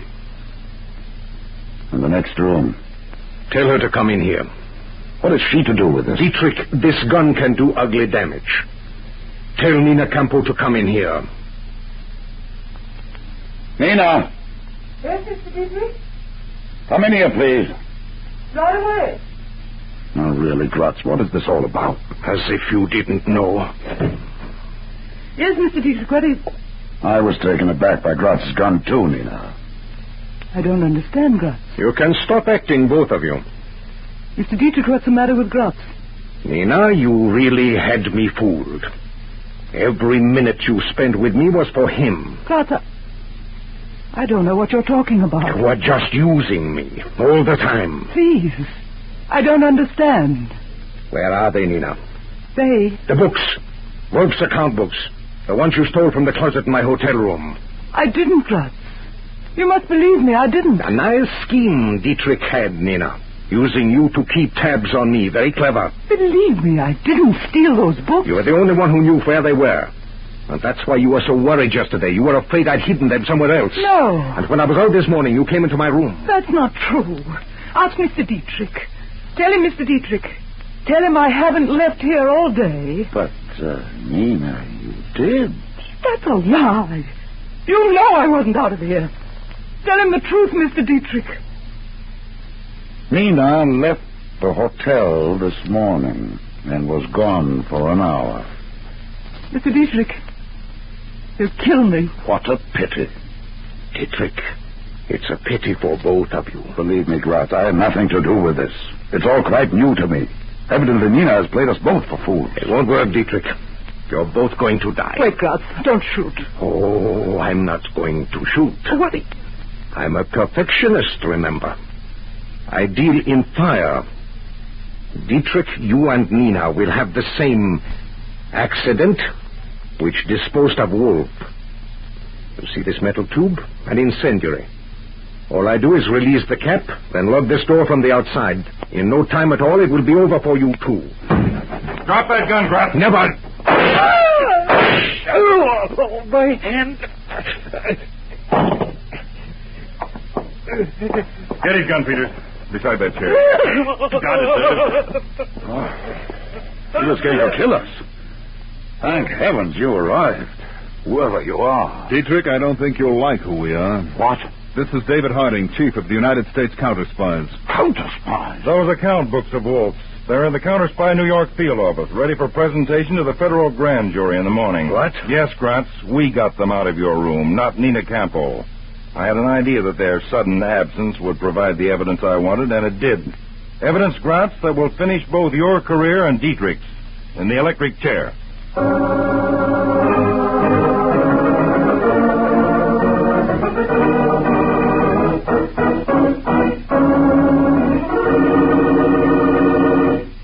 When your friends drop in, be generous, but be thrifty, too. Serve plenty of delicious Pepsi-Cola. Pepsi's big 12-ounce bottle gives you not just one sparkling glass full, but two. Get a carton of 6 and serve 12 delicious drinks. Yes, Pepsi is America's biggest cola value. You get twice the tangy taste, twice the refreshment, twice the Pepsi. So why take less when Pepsi's best? Whenever you reach for refreshment, remember, Pepsi-Cola hits the spot. 2 full glasses, that's a lot. Lots more value, lots more zest. Why take less when Pepsi's best? Tune in every Tuesday and Thursday, same time, same station, to Counter Spy. Listen on Thursday for the exciting Counter Spy case of the courageous Come On. Our Counter Spy case on Thursday is one of the most unusual we've yet presented. In this case, you'll meet the girl who was good at being bad until she saw a blind spot. The promoter who believed the sword was mightier than the pen and used it to escape. And the extraordinary half-man who had enough courage for 2 ordinary men. Be sure to be tuned in on Thursday, day after tomorrow, to Case of the Courageous Come on Counter Spy. Tonight's Counter Spy program originated in New York, was directed by Leonard L. Bass, written by Edward J. Adamson, and featured Don McLaughlin and Mandel Kramer, with music by Jesse Crawford. Counter Spy is a Phillips H. Lord production for Pepsi-Cola. Enjoy some Pepsi ice cold tonight.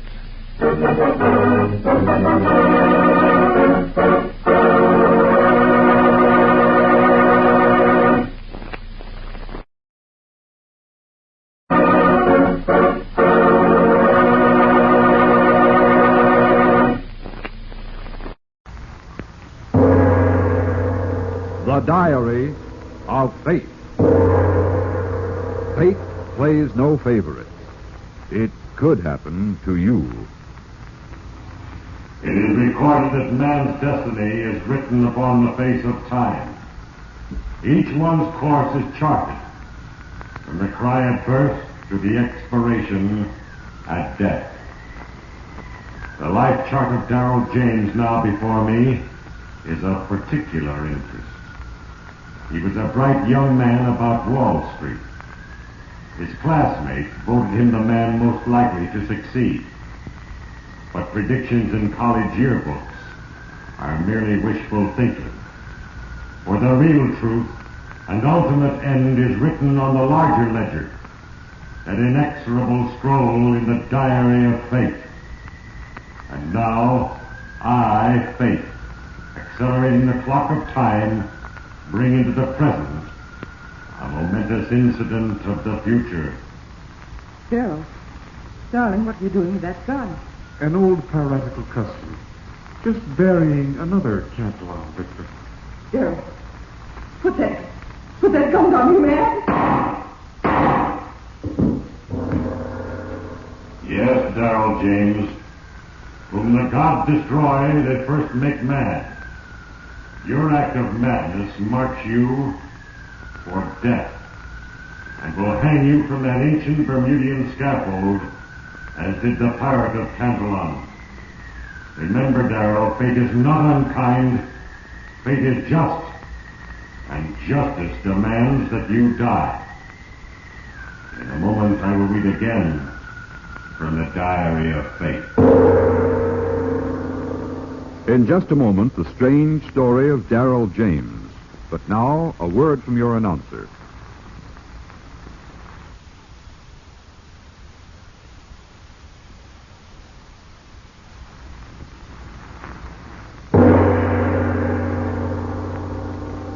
In the life of Darrell James, an ultimate decision for evil was made. And that decision, so carefully thought out and planned, was doomed to failure because of the little things. For these are the tools with which I, fate, mold the pattern of your invisible destinies. Remember, Darrell, it was in New York City. You were the customer's man who became the lady's man. You married Felicia Catalan, whose social position and great wealth were her only compensation for a plain face and advanced middle age. Later, after a few years of living the comfortable life of a well-kept husband, you discovered Patty Daniels, a beautiful model. And this momentous night is another in the long list of weekly rendezvous. In one of those typical side street restaurants in Midtown New York, she waits for you. Good evening, Miss Patty. Are you alone tonight? I think I've been stood up. Would you order now, madame? No, Charles, I'll just nurse this cocktail along for a while longer. Very well, madame. Hello, darling. Oh. I'm sorry to be late. Do you mind if I sit down? Oh, now look what you've done. You've spilled my cocktail all over my dress. Oh, Charles, how about a cloth to dry off Miss Patty's dress? Oh, don't bother. Just order me another drink and make it a good one. For after tonight, I'm leaving this town and you for good. Now, Patty, let's not go through that again. I tell you, I'll talk to Felicia tomorrow morning. That's a couple of hours too late. After tonight, I'm finished. I get claustrophobia living in a marital triangle. But, Patty, you've got to give me time. Time? You said that 6 months ago. I know, but, well, I just can't walk out on her. You mean you just can't walk out on her money? What money? The Cantillon millions doled out in monthly allowances? I promise you I'll tell her in the morning. No, Darrell. It's been mañana once too often. Look, Patty, I gave you my word. I don't trust her. She'll bribe you to come back. It's over between us. I tell you, it's all over. The last time you said that, she came up suddenly with a 60-foot yacht. Please, Patty. What do you want me to do? I want you to phone her. Phone her? Why? Got to know tonight. What's come over you, Patty? You've never been so difficult before. Got an offer, a good offer, to go to California. I'm going if you don't phone her. I see. Okay, let's have dinner and then put the call through. Now. But there's no phone here. Telephone, did you say, Mr. James? Here's an instrument, sir. Just plug the cord in behind it. Well, how convenient. Thank you, Charles. Shall I dial the number for you, Darrell? You're sure enjoying this, aren't you?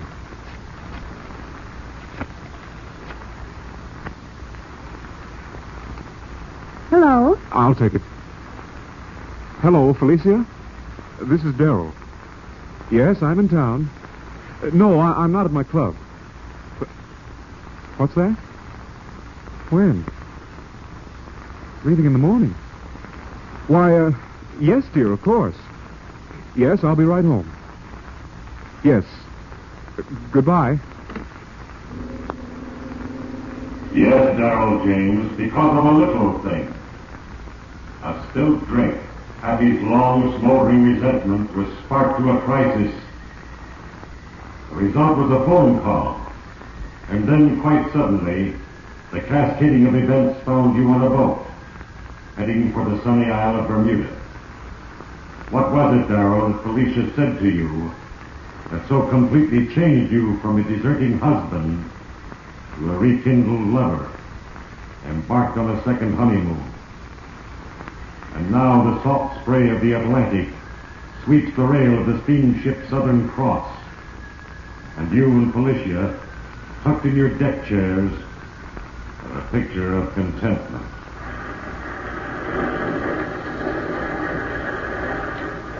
Oh, my.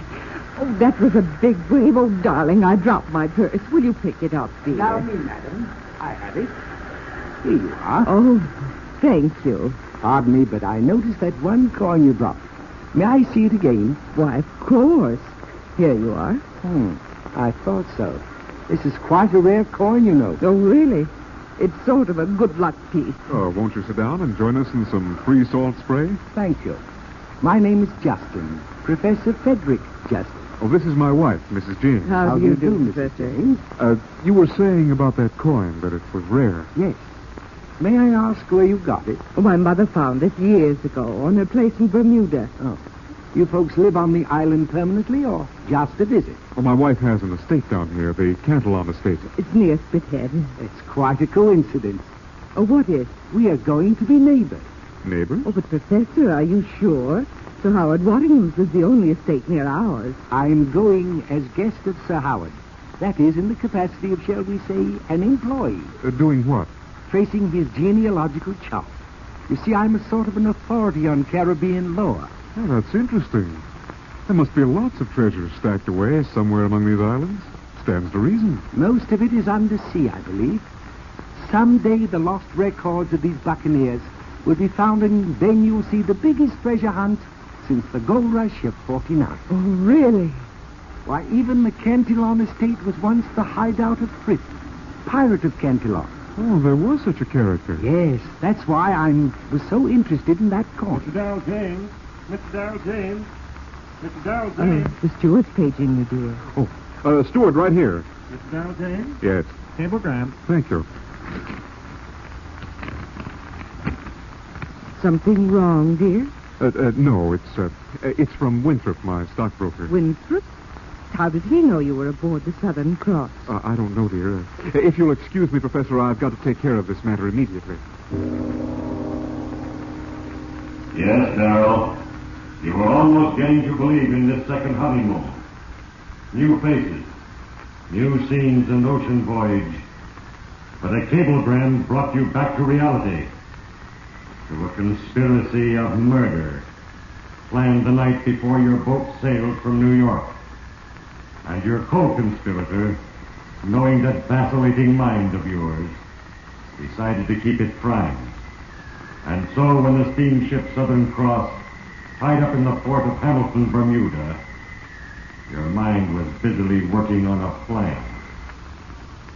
Well, folks, we've landed and the situation is well in hand, to quote a phrase. Oh, this island hasn't changed a mite in all these years. Oh, Professor, would you mind giving Mrs. James a lift to Cantillon? But why, dear? Aren't you coming? Well, it looks like clearing these customs is going to take a long time. Glad to have your company, Mrs. James. Haven't ridden in a carriage since I was a boy. Oh. But I warn you, I'm an encyclopedia on Bermuda. That's an inducement, Professor. I'll see you at Cantillon, Darrell, dear. I'll be there as soon as I clear. See you later, Professor. I wonder if you could direct me to the cable office. Why, Patty, what are you doing here? Stop looking at gas. Let's start walking. Now, what in the blazes are you doing in Bermuda? Your wire Never mind what my wire said. I signed that and sent it for a very good reason. But why? Because I found out that everyone who checks in on this island has to check out after a certain amount of time or apply for permission to stay on.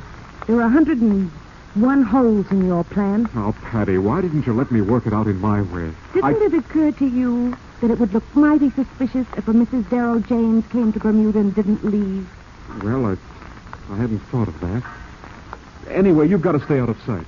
That is, until you're ready to leave. I know all about staying on side streets. You taught me all there was to know. Remember, darling? Well, just where are you staying? A private home in Warwick West. No one knows whether I come or go. Well, just stay right where you are. I will. What about you? Well, the first step is to find out about the airport deal and how to get that cash. And the next step is getting rid of Mrs. Darrell James, the original. We'll cross that bridge when we come to it. Just make up your mind to cross it, Darrell, because I've burned all the other ones behind us. Yes, Darrell. The fire of passion has burned many bridges. And though this last one on which you stand has spanned an ocean, there is still a chance to turn back, but for one thing. Greed. It is the bond between you and Patty, and it has soul-searing quality. And so now, You ride back to Cantillon. You watch the setting rays of the semi-tropical sun. And spacious Cantillon looms almost medieval in the descending twilight. And waiting for you as your ancient carriage rolls into the courtyard is Felicia, the original Mrs. Darrell James. Well, I thought you'd never get here. I did, too. Took hours to clear the customs. Hey, this is quite a place. Does it extend all the way to the bay? That's our private dock, I'll have you know. It looks almost as big as the port at Hamilton. Yes, it's too big. It's become sort of a white elephant. I see. In fact, I'd almost forgotten about it myself. Then I got this wire from the airline company offering to buy it. They said something about using it as a seaplane base. Yes, it's admirably laid out for an overseas base. Well, might as well get rid of this coat. You dropped something here. Looks like that cablegram. Why, it's signed Mrs. Darrell James. It was a little thing. The accidental incident. A crumpled cablegram signed not Winthrop, but of all things Mrs. Darrell James. You'll have some explaining to do, Darrell, even to Felicia. Simple soul that she is. Perhaps your whole plan will dissolve into thin air. Soon, Darrell James, I will write again under your name in the diary of fate. Our story continues in just a moment. But first, here is our announcer.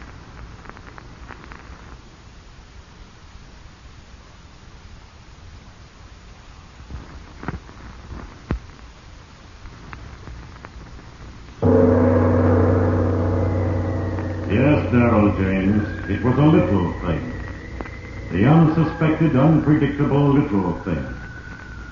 A crumpled cablegram that fluttered to the floor at Cantillon.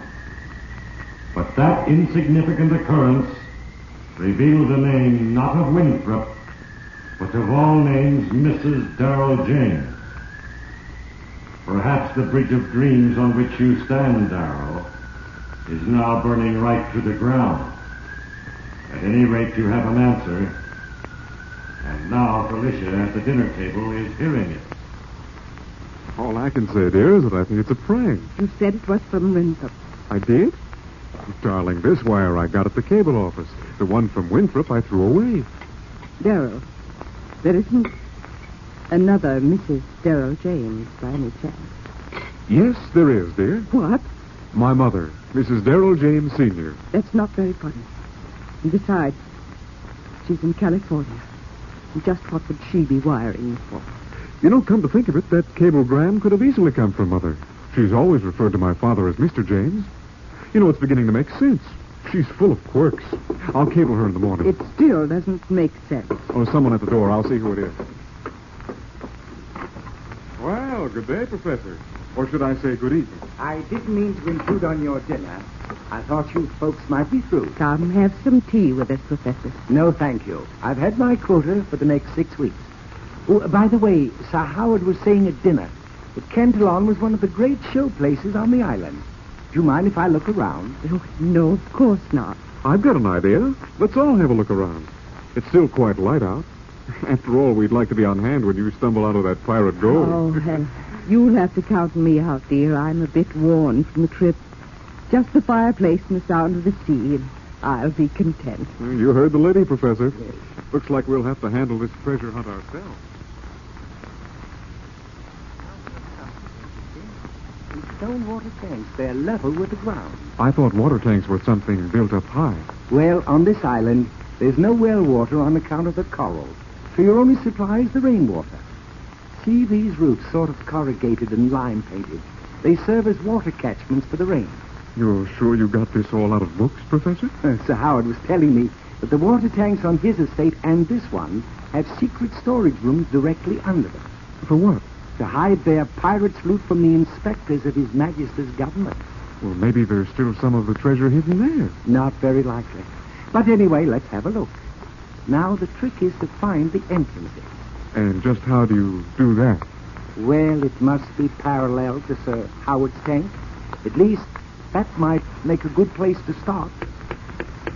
What about over here? I think you have something. Yes. Yes, this sounds like it might be near. Now, the track is here, and if the room is underneath, it must be here. Look. Look under the dirt. It sounds metallic. You're right, Mr. James. This may well lead to it. Here, just grab a hold here now. Pry it open, the covering with this 2x4. Yes. Ready? All right. Well, this is something. Look, Professor. Those stone steps, they lead down to something. Willing to investigate? Well, it looks pretty ominous. Okay, let's go. Now, don't lose that flashlight, whatever you do. No. Man, this joint looks weird. I hope that water tank doesn't decide to give way after all these years. Now, this tunnel leads to somewhere. Why, look, Mr. James. Here's a room. Is this where the pirate of Cantelon hid his booty?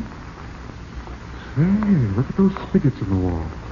What do you think they were for? They seem to connect with the water tank. Probably used for the overflow. If the rains got too abundant, they might have let some of the water into this room. Maybe it was to drown his victims. You know, this floor seems hollow. I wonder if there might be another room below.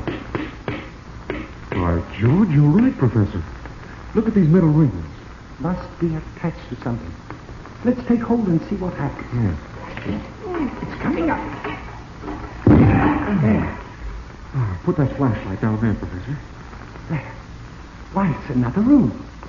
Shall we investigate? Might as well. We might find the treasures of the pirate of Cantelon. Water. Oh, I've seen everything. This is a strange setting. And foul smelling. Like the corpses. Let's go further in.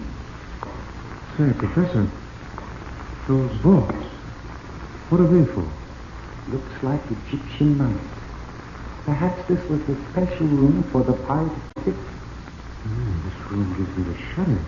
Looks to be an ideal place for murder. So it would seem, Professor. So it would seem. As it so often happens, it is the little things that resolve into the big things. A rare coin resulting in a shipboard acquaintance, and the casual stroll around Cantelon that led to the secret room. You have chosen the path of evil, Darrell, but all you can see is the perfect road to success. And so you planned as you traversed it, step by step. Operator, connect me with Warwick 29, please. Hello, Patty. Listen, make reservations for one on the airways. Tonight. Sign the passenger list, Mrs. Darrell James. Well, good morning, darling. Up early, aren't you? Well, it was such a beautiful morning I couldn't resist strolling about the grounds. Sounds like you've fallen in love with the place. Well, as a matter of fact, I have. I'm jealous. You know, Felicia, after looking over the place, I've got an idea. You don't want to sell? No. I thought it might be nice to sort of keep that strip with the guest cottage.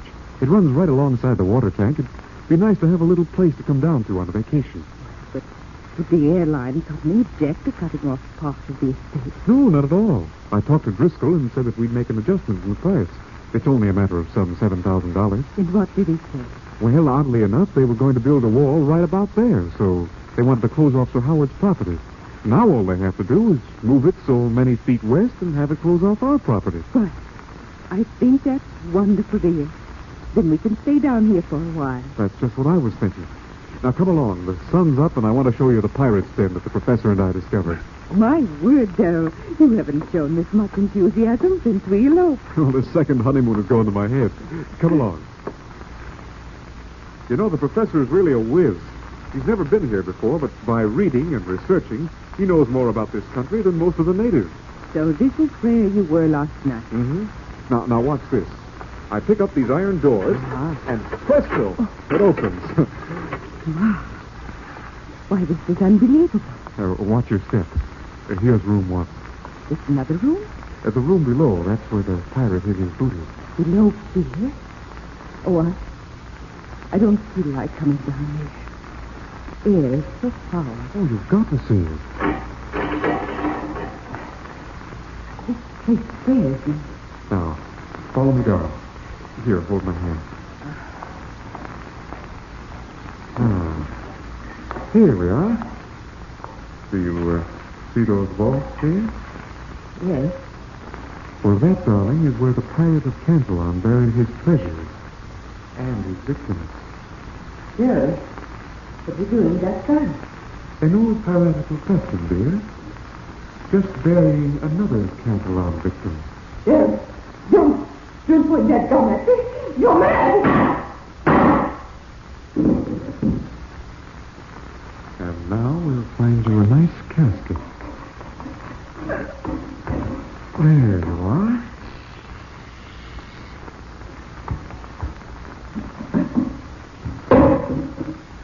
And to make the job complete, I'll just open those spigots and flood this room. They'll never find you, no matter where they search. Sleep gently, my love, in your watery grave.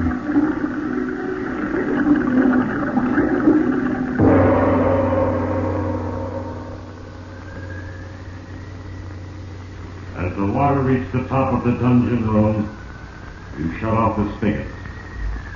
The large false metal floor was put back in place. You busied yourself shoveling it over with dirt to make the setting perfect.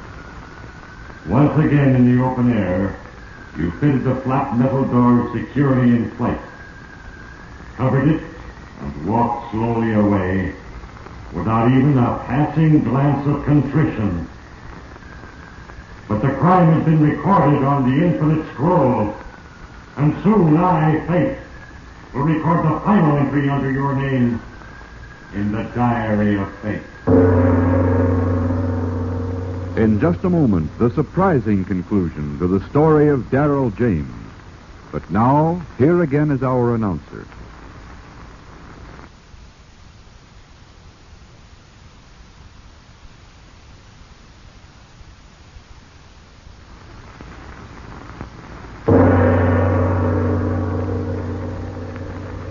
Yes, Darrell James, your cup of joy was overflowing.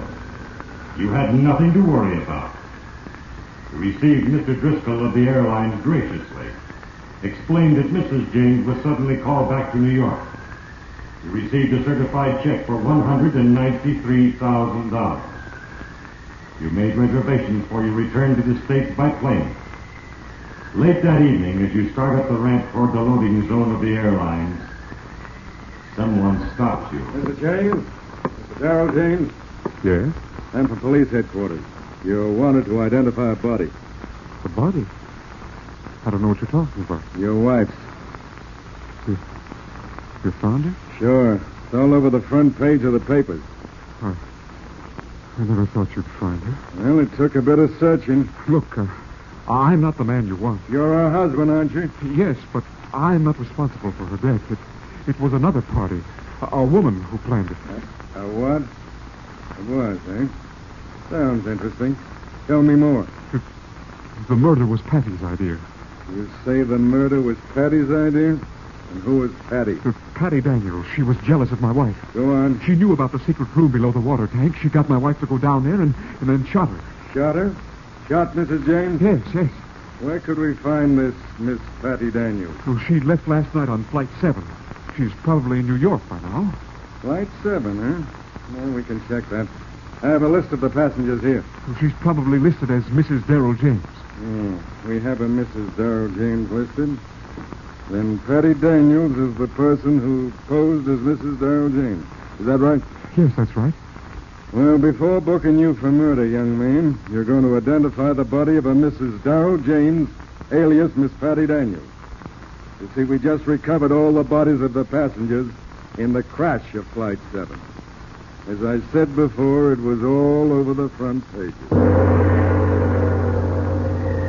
Yes, Darrell James.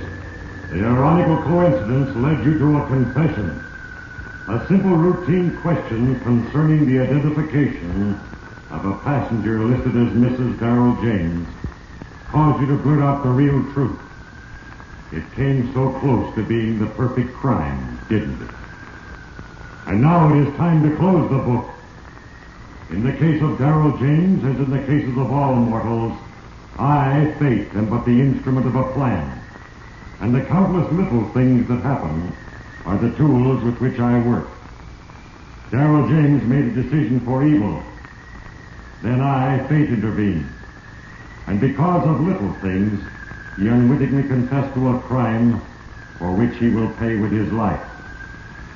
Heed well the moral, you who listen, and remember, there is a page for you in the diary of fate. Included in our cast were Herbert Litton, Virginia Gregg, Joe Forte, Byron Kane, Ray Erlenborn, Jimmy Murphy, and Hal Sawyer. Diary of Fate is a Larry Finley production, transcribed in Hollywood.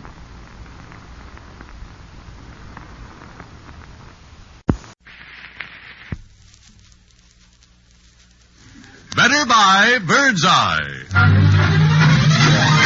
Bird's Eye Frosted Foods. Bird's Eye Frosted Foods present the Dinah Shore program with Cornelia Otis Skinner and Roland Young, Robert Emmett Dolan and his orchestra, the Joseph Lilly Singers, our comedy star Wally Brown, and... Dinah,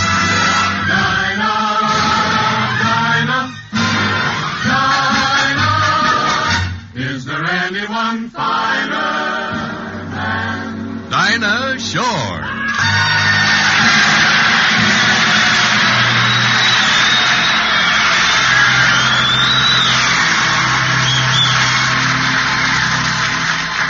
I couldn't sleep a wink last night because we had that silly fight. I thought my heart would break the whole night through. I knew that you'd be sorry, and I'm sorry too. I didn't have my favorite dream, the one in which I hold you tight. I had to call you up this morning to see if everything was still all right. Yes, I had to call you up this morning, 'cause I couldn't sleep a wink last night.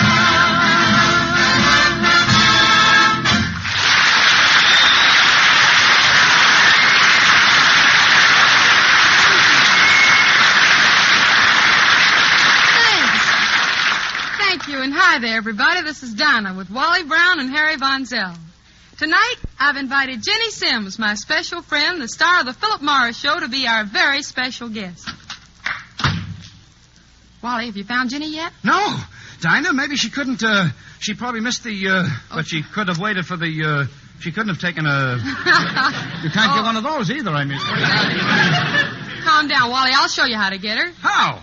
Call for Ginny Simms. Call for Ginny Simms. That did it! Here she comes now.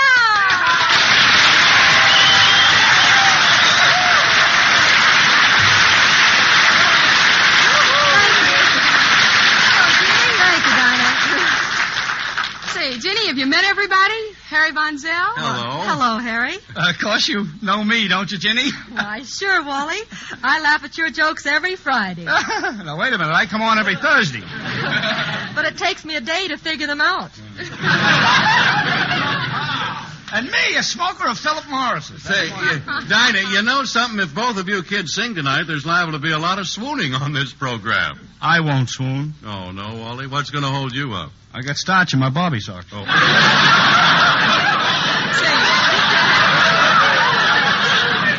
Ginny, we got a big surprise for you. We're all going to do an opera. It's called Madam Fly. Oh, you mean Madam Butterfly, don't you? I know, but we couldn't get any butter. Dinah, do I have a nice part? Well, yes, within reason, Ginny. You'll play Giannini, and Wally, you'll sing the male lead. Well, what about me? Well, you'll be the commentator, Harry. Oh, I see. Good evening. This is Hilton Frost speaking to you from Box 74 of the Metropolitan. This box isn't particularly comfortable. I haven't removed the oranges yet.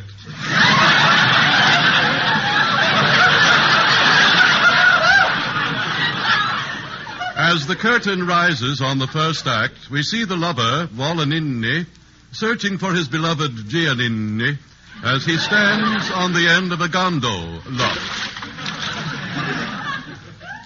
Well, she's not down here. After some warm milk and a hot bath, the opera resumes with Wolaninni now back in the gondola. Ah, a couple of lady gondoliers. Say, is this Venice? Certainly. Where else do they have canals instead of streets? Are you kidding? Listen, after last week in Hollywood, I'm beginning to wonder where they have streets. Aren't you Prince Wolaninni? Oh, yes. And aren't you Ginny Simms, for whom I have been searching? Oh, no, senor. I am Ginny Simms. Well, that was close. Goodbye, fair ladies. I will now step out of this gondola. Here I go. Thought I was going to fall in the water again, didn't you? Hey, someone did fall in the water. What do you know? It's me.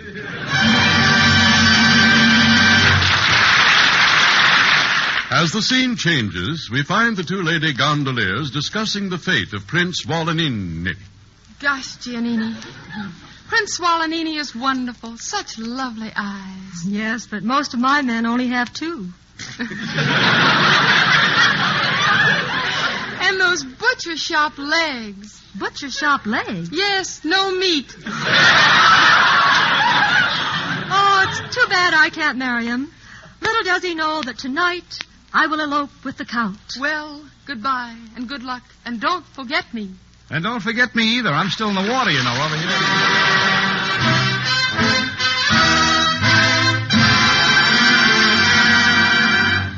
Dalla figla dell'amore.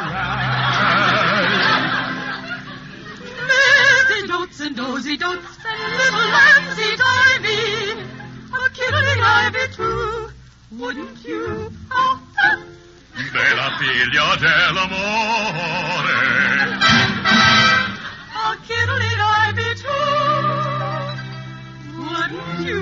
Wouldn't you? Wouldn't you? Wouldn't you? Wouldn't you? Of course, who wouldn't?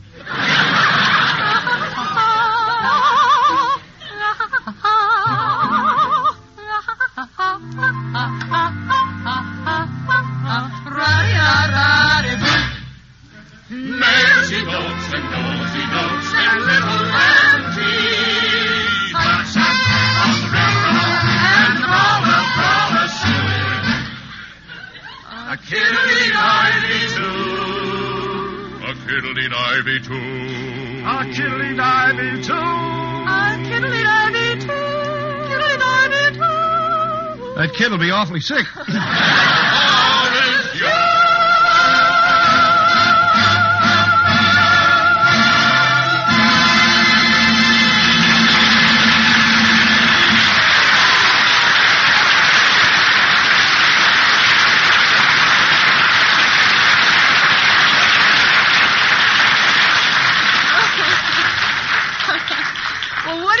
Here's Harry Von Zell, looking rather fit and able to discourse on goodies for your table. Pull up a mic, Harry, and discourse. Well, Dinah, it's really the lady of the house who has trouble on discourse. Once again, Harry, but slower. I say it's the housewife who has the trouble when she's planning meals. She doesn't know what to have for discourse or dat course. No, really what I mean, ladies and gentlemen, is that most women I know have to wait until they're in the food store to decide what to have for dinner that night. And it's pretty tough. But if these same women, you and you, my friends, would wander over to the Bird's Eye Frosted Foods department and see what Bird's Eye offers you in the way of delicious foods, your meal will practically plan itself. For you'll find in the Bird's Eye cabinet a great variety of really farm-fresh vegetables and fruits. A wider variety than you can get in the regular vegetable department. Many of them out-of-season fruits and vegetables. Such labor-saving, flavorsome items as golden sweet corn, spinach, green stringless beans, rhubarb, squash, lima beans, and a host of others that will bring variety and good eating to all your meals. For all Bird's Eye foods are quick frozen, so you get the same garden fresh flavor you'd get if you just picked them out of your own garden. Now, the next time you market, go over to the Bird's Eye department and start your meal planning there. Just be sure the packages you buy are marked Bird's Eye. For variety, for the better buy in flavor and nutrition, and because most Bird's Eye foods require no ration points, remember, better buy Bird's Eye.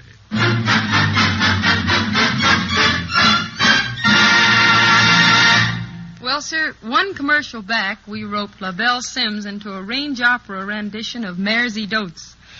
But before the rodeo goes any further, we'd like to corral our charming guest and have her put the Simms brand on a tune she sings in a new Metro-Goldwyn-Mayer Technicolor musical, Broadway Rhythm.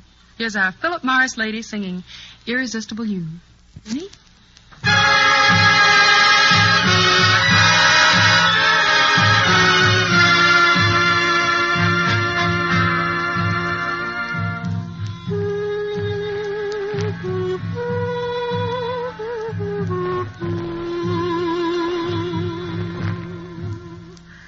Irresistible you, my heart has gone to you, and while I exist, I'll be irresistibly drawn to you. I know from the first it was so. I was caught in the undertow and was lost from the moment we kissed. Irresistible you're in the heart of me, and your magic eyes seem to magnetize every part of me. I'm yours, my heart and I insist, for we don't want to resist. Irresistible you, irresistible you, only you, always you. Irresistible you, you're in the heart of me, and your magic eyes seem to magnetize every part of me.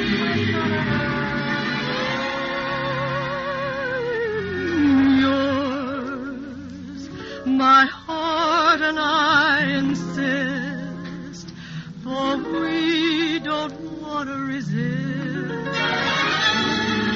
Irresistible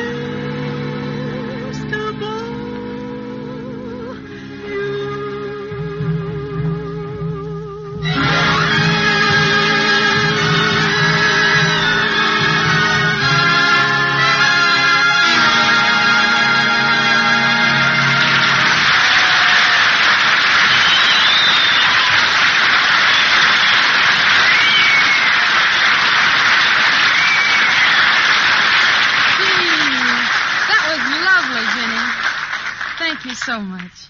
You know, there's a first time for everything. Tonight is the evening of her first trip to a real theater at night for Emmy Jones, William and Mary's 13-year-old daughter. So let's join our old friends William and Mary in the front hall of their house in the suburbs near New York as they wait for their daughter Emmy to come downstairs. Presenting Cornelia Otis Skinner and Roland Young as William and Mary. Are we ready to go? Just a few minutes. Have you the tickets? Right in my pocket. Mary, you look lovely. That's a charming dress. Thank you, darling. You look very nice yourself. You really stand out in a tuxedo. The darn thing's so tight, I hope I don't pop out in it. Mary, why do we have to wear evening clothes? Because you paid so much for the tickets. That's logical. I suppose if we got in on passes, I could go in my underwear. Don't be silly. Furthermore, your boiled shirt will help hold you upright when you sleep. To sleep, one must breathe deeply, and in this outfit, that's impossible. Anyhow, what's going to put me to sleep?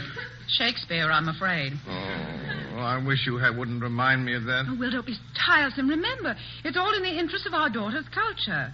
You should like Shakespeare. He can do a lot for you. So can castor oil, but I don't like that either.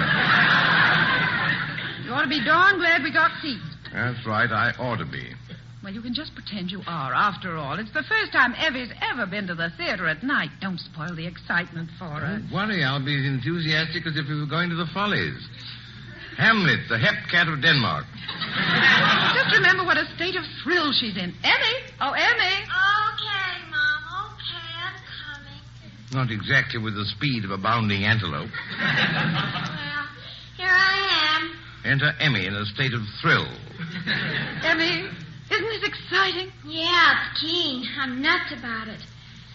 Daddy, what have you got that monkey suit on for? Your mother's idea of respect for Shakespeare. What's it to him? He's dead. At least he can turn over in his grave, which is more than I can do in this suit. Is this show any good? It's one of the greatest plays ever written. I know. We had Hamlet in school. Well, that's fine. Then you know all about it. Well, no, because while the rest of the class was having Hamlet, I was having chicken pox. Have you ever seen it? Many, many times. Have you, Dad? Hamlet? Why, I was brought up on Hamlet.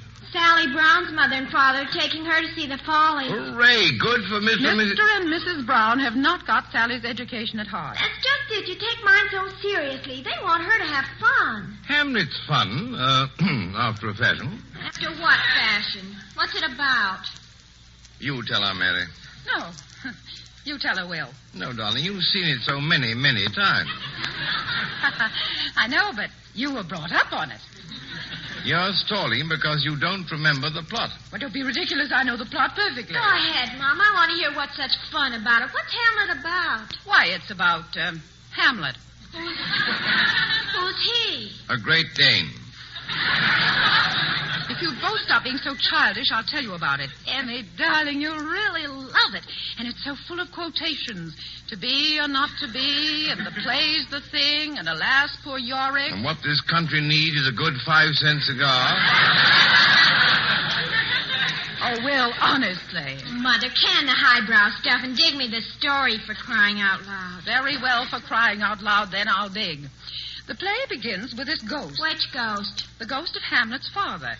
He's a king, or was a king, and you see he's been murdered. Goody. Emmy, stop being impertinent. I'm sorry. Who bumped him off? Another king.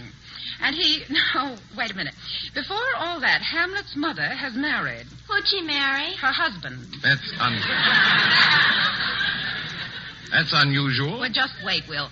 And he's Hamlet's stepfather, and what Hamlet hates him and has sworn to the ghost, that's his real father, he'll revenge him, his real father, on his stepfather. Because, you see, someone, I guess it was his stepfather, poured poison into his real father's ear. Into his ear? That's how people drank in those days. Will, please, stop it. Then there are a couple of characters named Rosencrantz and Guildenstern. And little Ramsay Diver. Your mother is making it all crystal clear, my child. All right. You tell it then. No, go ahead. I'm fascinated by your version. I'm sure Shakespeare would be, too. Oh, yes. There's an old man named Polonius who's a bore and gets stabbed in the tapestry. You can see what riotous fun it is, Emmy. Well, it's not so bad because he's stabbed by mistake. His daughter's Ophelia and his son is Laertes, and Hamlet kills him in a duel. What happens to Hamlet? Oh, don't you worry about him. He gets killed, too. It's all very well to jeer, Will, but it's a great play. Oh, it's a great play, all right. Is there any music in it? Well, Ophelia sings a few little songs after she goes crazy. Oh, for goodness sake, isn't there anything funny in it? Side-splitting comedy is provided by the second gravedigger. He tosses out skulls as he digs a grave for Ophelia, who has just drowned herself. Mother, you said it was exciting. It is. Nearly everybody gets killed in the end, and it's perfectly thrilling.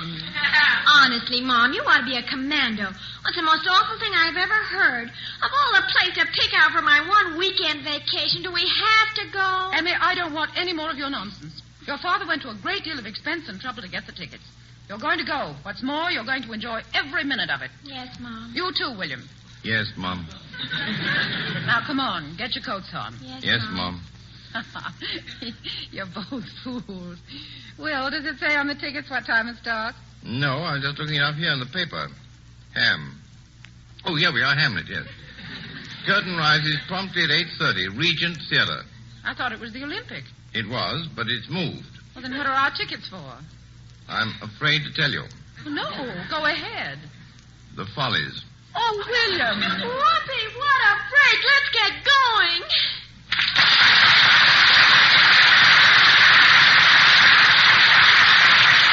And now we return you to Dinah Shore in Hollywood.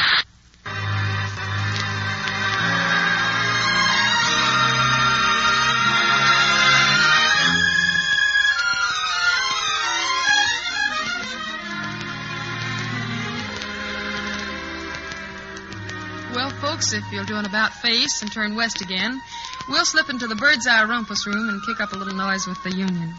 It's a romantic tragedy where the long-suffering lover plays milquetoast, and though he gets the brush, he meekly says, when you want me back, I'll be around. I'll be around, no matter how you treat me now. I'll be around from now on.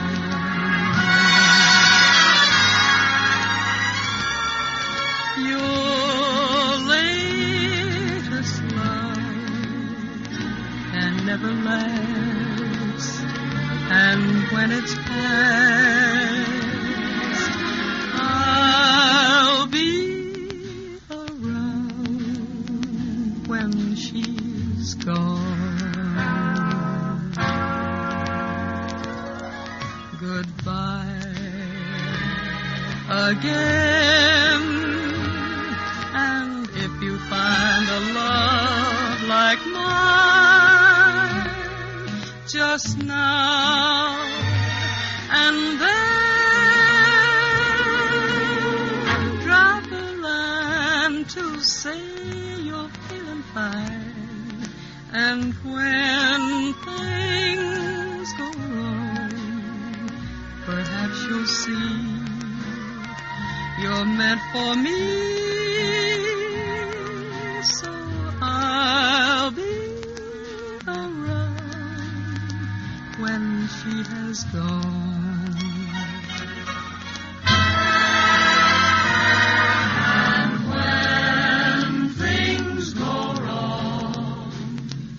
Perhaps you'll see you're meant for me, so I'll be around when she's gone. I'll be around when she has gone.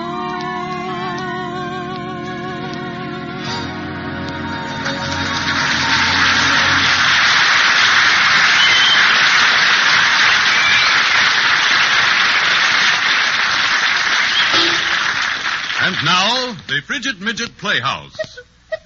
Tonight we bring you a stark, staring tragedy of murder entitled Who Shot Father? Or It Wasn't the Bathtub That Was Plugged.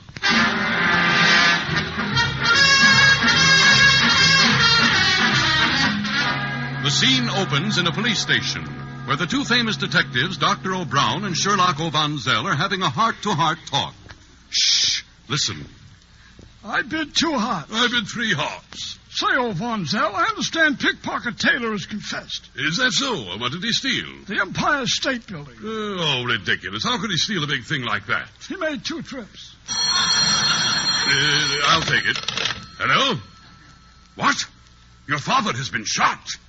Certainly, we'll be right over. O'Brown, call car 7 to come and get us. Oh, that old car won't do. It'll do in a pinch. Calling car 7. Calling car 7. Why haven't we heard from you? Why haven't we heard from you? Is it something we said, huh?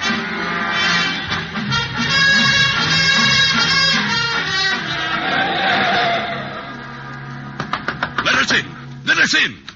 Somebody shot Paul. Say, look over there, Vonzell. There's the body. It's as dead as a corpse. Aha! See here. I found a clue.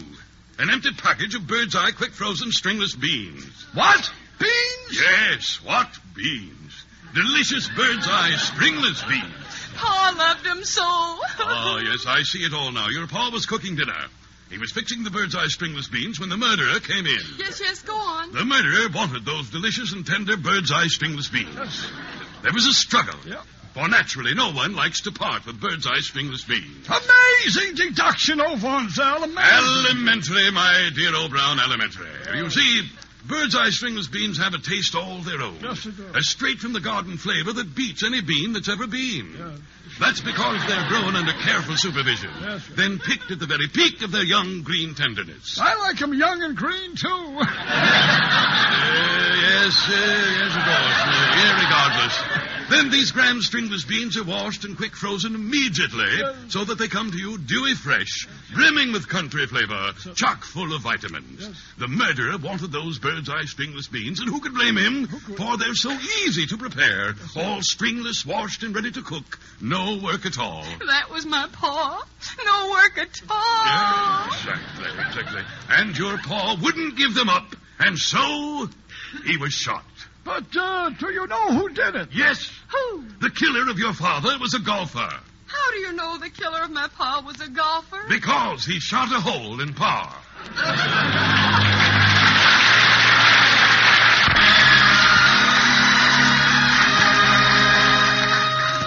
Here's a problem for the child psychologist. Mammy says to her little baby boy, "What you love there, little baby boy?" And he says, "Shortening bread."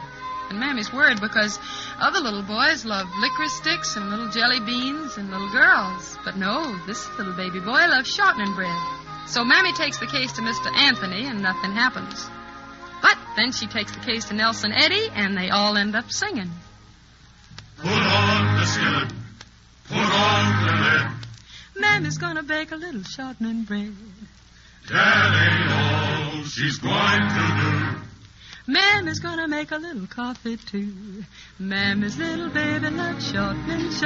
Mammy's little baby loves shortening bread. Mammy's little baby loves shortening. Mammy's little baby loves shortening bread. 3 little babies lying in bed. 2 were sick and the other most dead. Sent for the doctor, he said, feed those babies on shortening bread. Mammy's little baby loves shortening. Mammy's little baby loves shortening bread. Mammy's little baby loves shortening. Mammy's little baby loves shortening bread. Slip the kitchen, slip the lid, slip my pockets full of shortening bread. Stole the skillet, stole the lid, stole the gal who makes shortening bread. Mammy's little baby loves shortening. Mammy's little baby loves shortening bread. Mammy's little baby loves shortening. Mammy's little baby loves shortening bread. Caught me with the skillet, caught me with the lid, caught me with the gal making shortening bread. Paid $6 for the skillet, $6 for the lid. 6 months in jail eating shortening bread. Mammy's little baby loves shortening. Mammy's little baby loves shortening bread. Mammy's little baby loves shortening. Mammy's little baby loves shortening bread.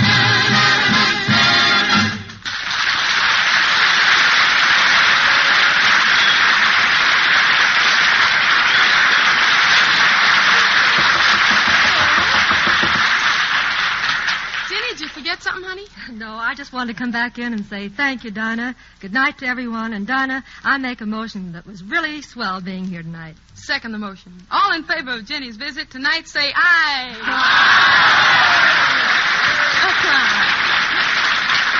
Unanimous, Jenny, and thanks again. This is Dinah pulling down the shades until next week. While we're gone, will you file away this thought in your Frigidaire? Don't waste food. Let all the food that comes out of your refrigerator be used. Don't take out more than you need. For if you do, that means you have to buy more, and that means that somebody's going to have to do without. It's really that serious. For we're feeding a lot of people these days, not only civilians, but soldiers and allies. Use only what you need. Throw out nothing that's edible. Use your leftovers. In other words, conserve food, won't you? Good night, everybody.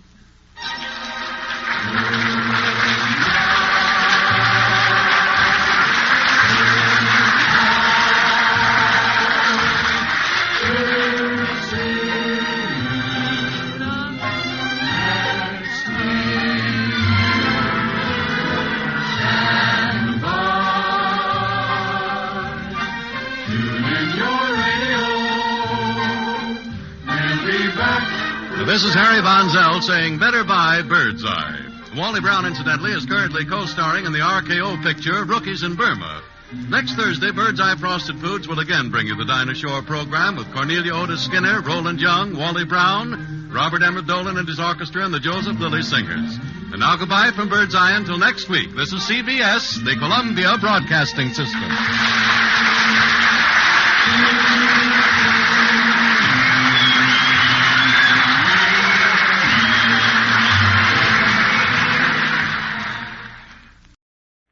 The story of Dr. Kildare. Whatsoever house I enter, there will I go for the benefit of the sick. And whatsoever things I see or hear concerning the life of men, I will keep silence thereon, counting such things to be held as sacred trusts. I will exercise my art solely for the cure of my faith. The story of Dr. Kildare, starring Lou Ayres and Lionel Barrymore. Metro-Goldwyn-Mayer brought you those famous motion pictures. Now this exciting, heartwarming series is heard on radio. In just a moment, the story of Dr. Kildare. But first, your announcer.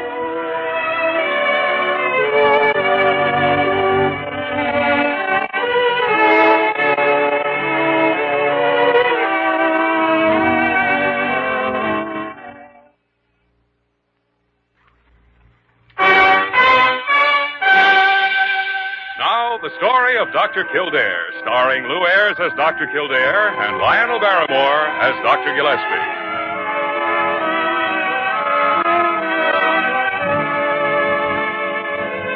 Blair General Hospital, one of the great citadels of American medicine. A clump of gray-white buildings planted deep in the heart of New York, the nerve center of medical progress, where great minds and skilled hands wage man's everlasting battle against death and disease. Blair General Hospital, where life begins, where life ends, where life goes on.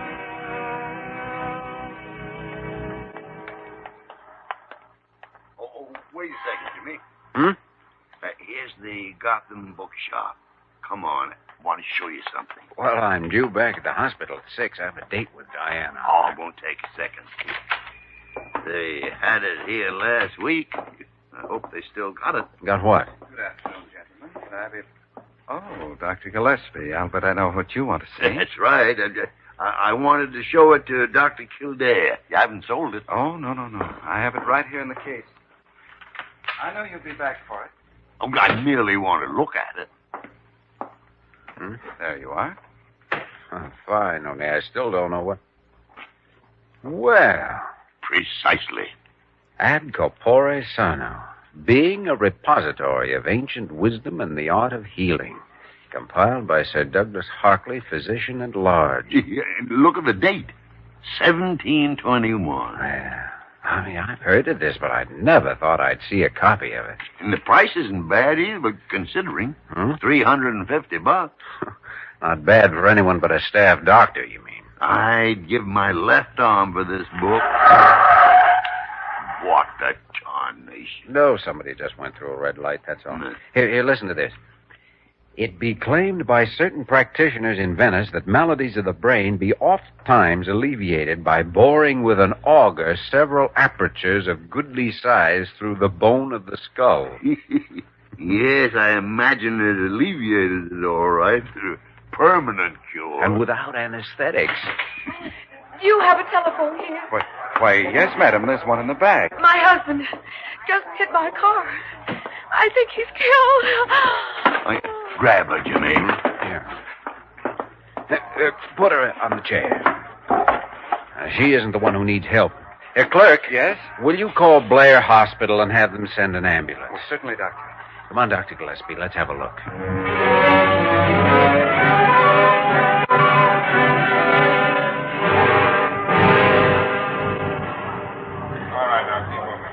His heart's holding up pretty well. He's got at least one broken rib. Arms and legs seem to be okay, though. Car must have thrown him 30 feet. Why don't you move him off the street? Because he may have spinal injuries, that's why. We'll move him when the ambulance gets here. There's always some well-meaning fool who wants to grab up the victim and move him someplace. The worst injury is this one on his head. He must have hit the curb. That compress stopped the bleeding. Well, it's not the cuts on the outside of his head that bother me, and it's what may have happened inside. Oh, Doctor, is he going to be all right? I'm Mrs. Morgan, his wife. Is he going to be all right? I just can't... Now, we'll have him in the hospital in a few minutes, Mrs. Morgan. Will you take care of her, Dr. Gillespie? All right, Jimmy. All right. Now, don't you worry, Mrs. Morgan. He's getting the best medical attention possible. Here's the ambulance. Good. Jimmy, I'll take her over in a taxi. You have your hands full as it is. Thanks. I'll see you at the hospital.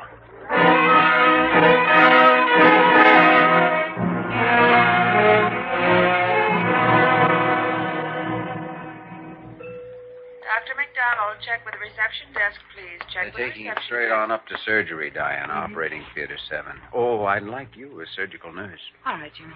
He has lots of cuts and bruises, but I doubt if they're serious. But there is concussion. How bad, I don't know yet. Then you want intravenous glucose? Yes, and plasma. I've already given him one plasma concentrate to hold down intracranial pressure, but you'd better have a rack set up. All right, Jimmy. I'll go on up and start things moving. Be there in a couple of minutes. Oh, I'm sorry about the date. This is a date, Jimmy. An important one.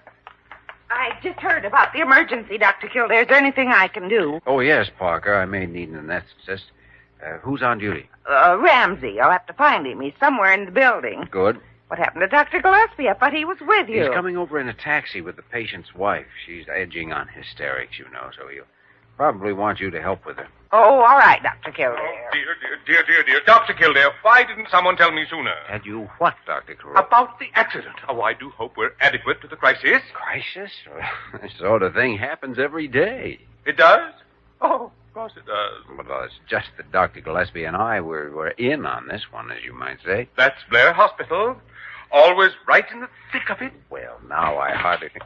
Oh, here's Dr. Gillespie with her now. She seems to be holding up fairly well.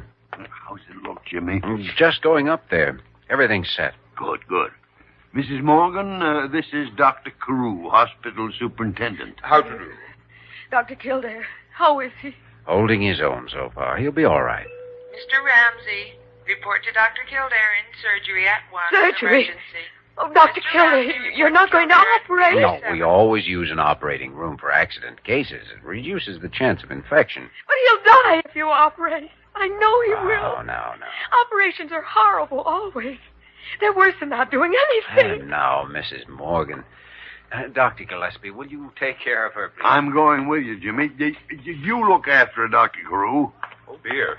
Well, I'm not sure that... Parker will be here in a couple of minutes, Dr. Carew. Oh, all right.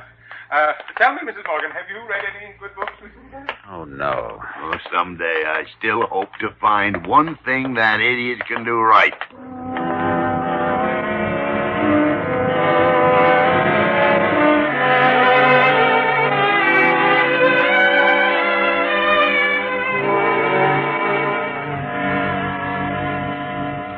Will you want another hypo of Novocaine, Dr. Kildare? No, we've finished the sutures. It's just a matter of bandaging now. I don't like this prolonged unconsciousness, Jimmy. I don't either. Take these sponges, please. Yes, Doctor. He's only awakened once, and then just for a few seconds. Well, we have used fairly heavy medication. Compress, Doctor. Thanks. Tape, please. Yeah. Bleeding seems to be pretty well controlled now, as far as the rest of the cuts are concerned. Well, they didn't amount to much. That rib was easy. Clean break. I guess that does it. Oh, Diana, will you check his blood pressure again? All right, Doctor. We'll x-ray first thing in the morning, but I'm certain it's a closed fracture. There are radiating cracks into both the temporal and occipital. As far as I could tell, there's no fragmentation. Well, then he's lucky, because he must have hit that curbstone an awful solid wallop. Another thing that bothers me, the chance of contre-coup on the opposite side of the head. Pressure's still rising. Let's see. First transfusion isn't holding it. All right, better give him another IV and dilute the plasma ampule only 1/2. Yes, sir. I don't know, Jimmy. With this blood pressure trying to come up and this unconsciousness. But still, Dr. Gillespie, there are no other signs. Unless... Oh, let's have another look. Right eye looks okay. Left eye... What is it? Look. Left eye dilated. Right one normal. Oh, we got trouble. Extradural hemorrhage. That means an operation. Yes, immediately if possible.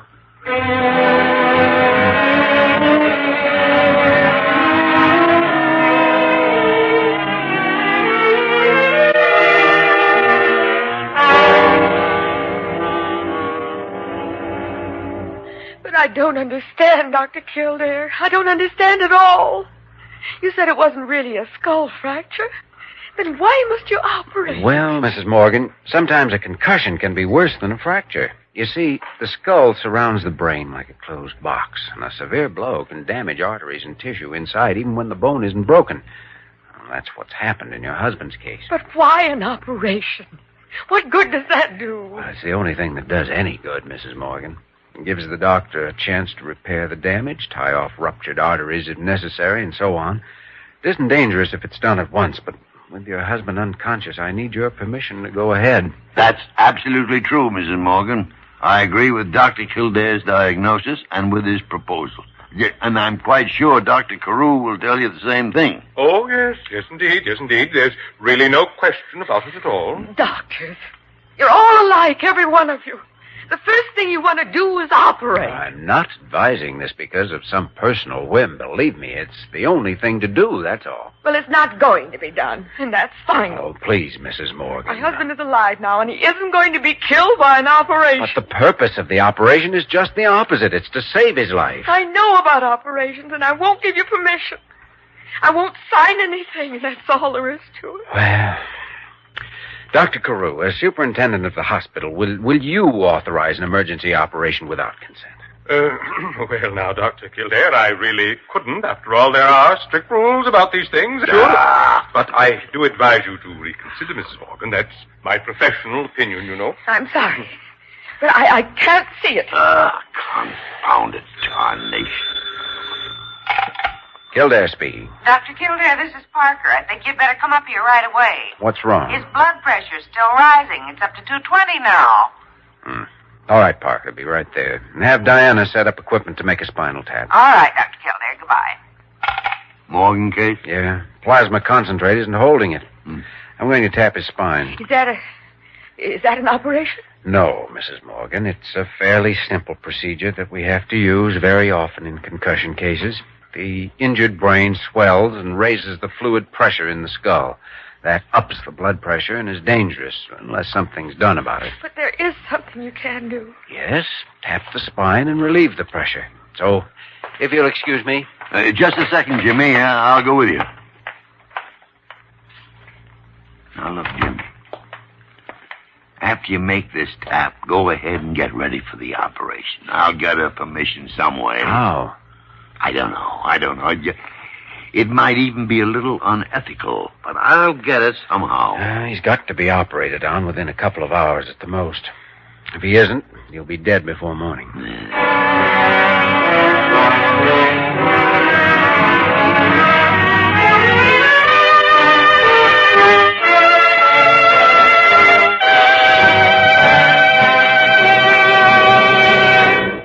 We return to the story of Dr. Kildare in just a moment.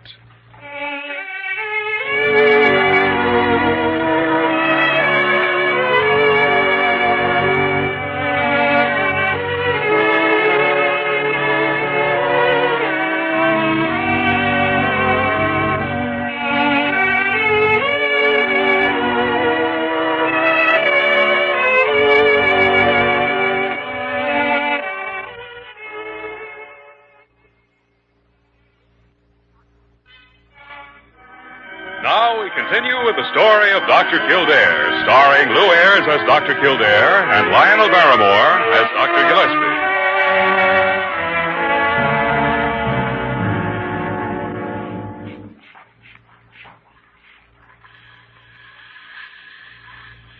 Blood pressure's 230, Jimmy. All right, let's have the second spinal needle. Here you are. Now, we'll just... 2 of them ought to do it. What about her refusing to permit an operation? What are you going to do? I don't know. Dr. Gillespie thinks he can manage somehow to change her mind. He'd better. Mm-hmm. Otherwise, we're just wasting time with this. I can't understand her reasoning. Well, that's it. She's not reasoning. We run into one like her now and then with a morbid fear of surgery, even when there's no cause to justify it. I hope she changes her mind. Yeah. The irony is that even if it were a serious operation, with odds 10 to 1 against pulling through, it would still offer a better chance than just doing nothing. Check his blood pressure, will you, while I get the needles out? All right, Doctor.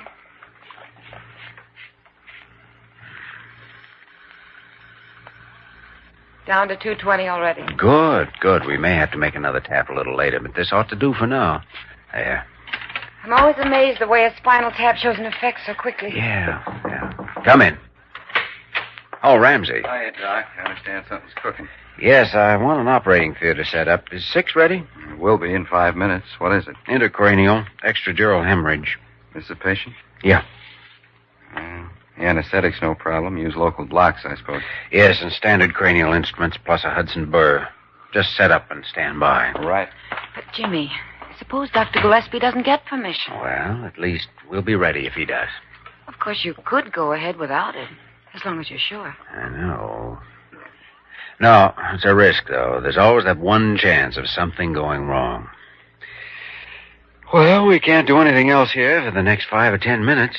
Do you suppose there's any hot coffee in the ward room? I bet you. You got a bet.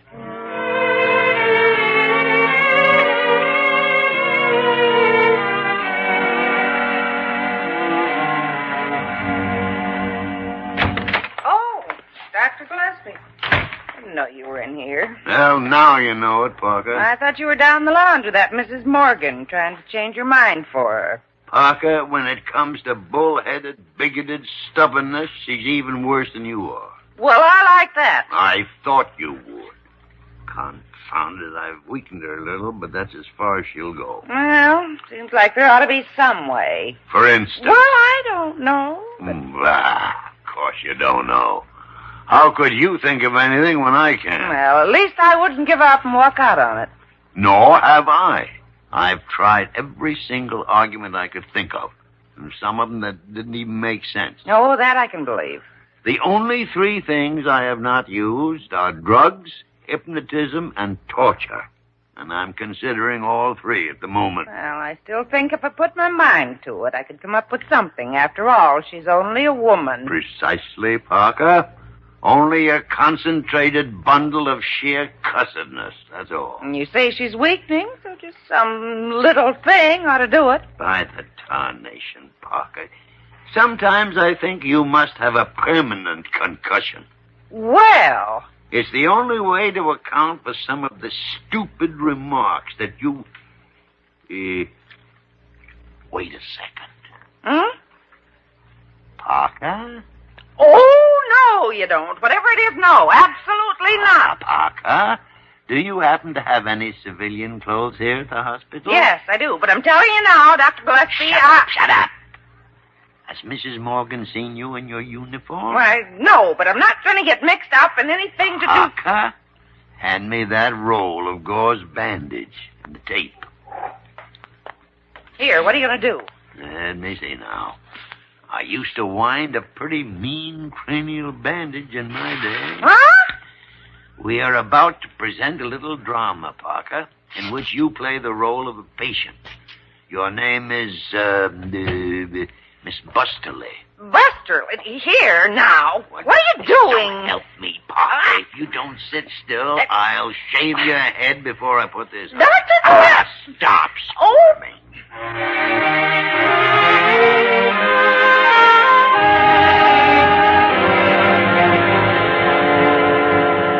Now, just a moment, Dr. Gillespie. Are you trying to tell me that this same operation was performed on a woman just this morning, and now she's up walking around? That's right, Miss Morgan. That's right. A patient of Dr. Kildare's. I saw her out in the hall just a few minutes ago. I don't believe it. Well, now, if it's a question of establishing my veracity, I'll just say if she may still be around. Parker speaking. Oh, Miss Parker, this is Dr. Gillespie. Yes. I wonder if you'd see if Miss Busterly is out in the hall and ask her to step in here. Oh, I'll step in there, all right, but I'll get even someday. This bandage is killing me. Yes, she was there a moment ago, Miss Parker. Yes, thank you. I just can't believe it. It couldn't have been as serious an operation as this one that you're... Yes, just exactly the same.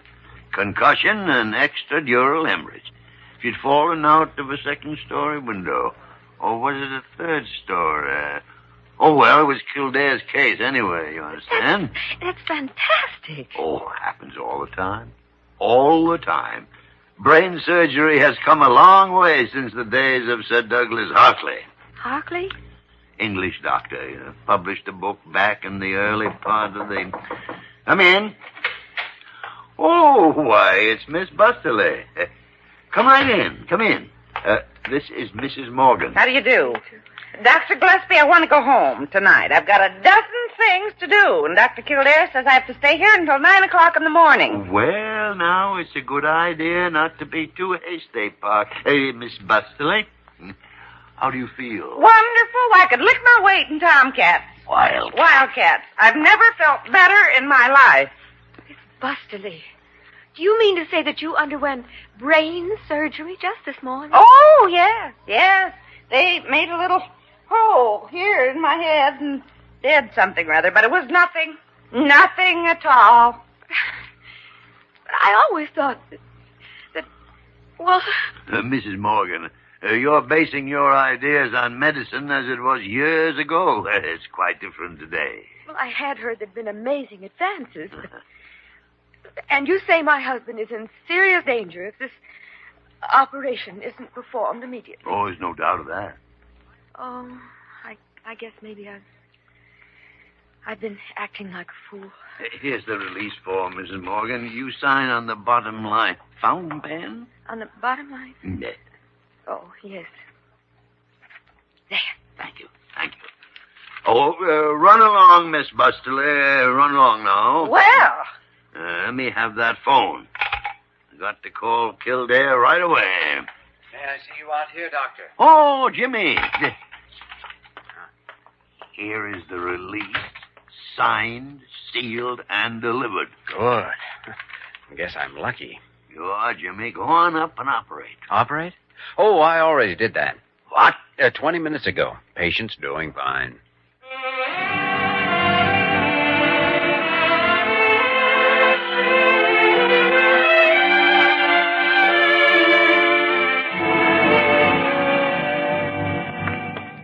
Oh, dear.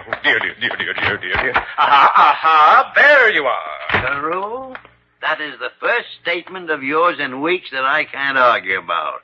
Here we are. Well, what about it? Now, don't you start baiting me, Dr. Gillespie. It is you I came here to talk to. What's the trouble, Dr. Carew? Well, you should certainly know, Dr. Kildare, after all. After all, what? Well, not to mention names, suppose we put it this way. The little bird just told me. Those birds seem to be following me all over the hospital. I want it clearly understood that I have no responsibility in the matter. You did it entirely without my knowledge. Did what? You know very well what. You operated without permission. Well, Jimmy, a nasty rumor is apparently circulating. So it seems. By the way, Dr. Carew, will you take a look at this? Thank you. Now, I'll grant you, Dr. Kildare, that the operation was necessary. This is to certify. But nonetheless, your action was highly unethical, and we, the Blair General Hospital, simply cannot, on this date, tolerate... Well, release. What's this? Release? Signed by Mrs. Morgan. She went on up to see her husband. He's conscious now, you know. Oh, dear. Good night, Carew. But I thought that... I heard that... that is, they said that... Good night, gentlemen. Oh, dear.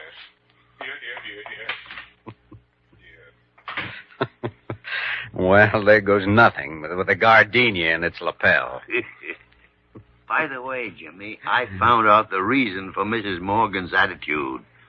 Her mother died in 1919 from an infection following an operation for brain tumor. 1919, the year 20 BA. Before antibiotics. We've come a long way since then. And an even longer way since Hartley. I wonder where we're going from here. Well, I don't know where you're going, but I'm going to bed. Good night, Dr. G.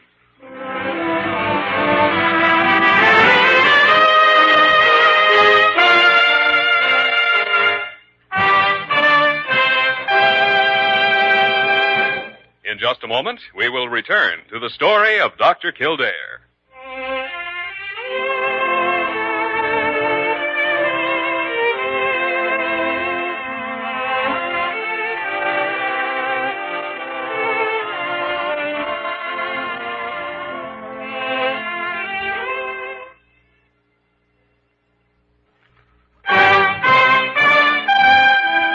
And now, once again, the story of Dr. Kildare, starring Lou Ayres as Dr. Kildare and Lionel Barrymore as Dr. Gillespie. Look at it, Jimmy. Registered. Return receipt requested. Special delivery. What in the tarnation could that be? I don't know. Why don't you open it up and find out? A very sensible suggestion. Oh, from Mr. and Mrs. Arthur Morgan. I don't know any Morgan. Oh, of course you do. He's the accident victim who was in here last week. Hit by a car, brain concussion. Oh, that's right, sure. I forgot all about him. Confound it, they got this packed as if it was a dozen eggs. Must be something valuable. Well, I don't know why they'd be sending me but by the great horn spoon. Ad corpore sano, being a repository of ancient wisdom and the art of healing compiled by Sir Douglas Hartley. By the...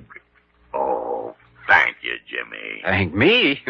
The Morgans sent it, a gesture of appreciation. Thank them for it. But confound it, wasn't even my case.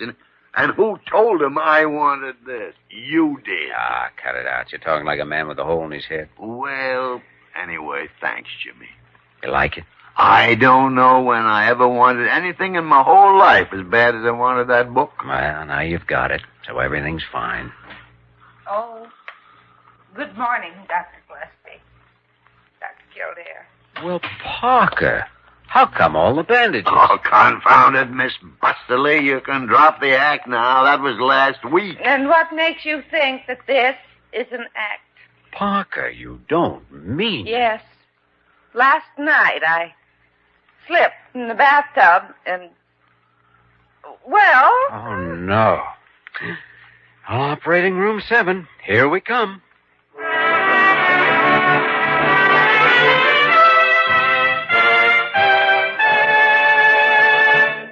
You have just heard the story of Dr. Kildare, starring Lou Ayres and Lionel Barrymore.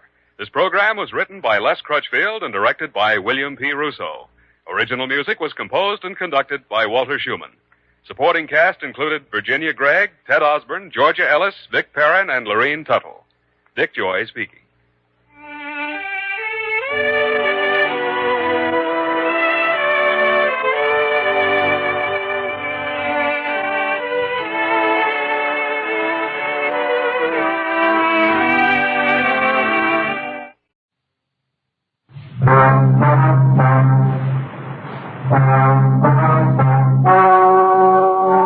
Ladies and gentlemen, the story you are about to hear is true.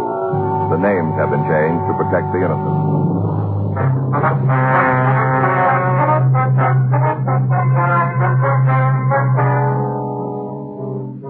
You're a detective sergeant. You're assigned to homicide detail.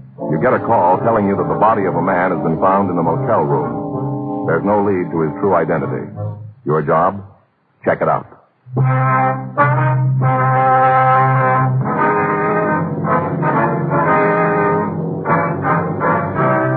Dragnet, the documented drama of an actual crime. For the next 30 minutes, in cooperation with the Los Angeles Police Department, you will travel step by step on the side of the law through an actual case transcribed from official police files. From beginning to end, from crime to punishment, Dragnet is the story of your police force in action.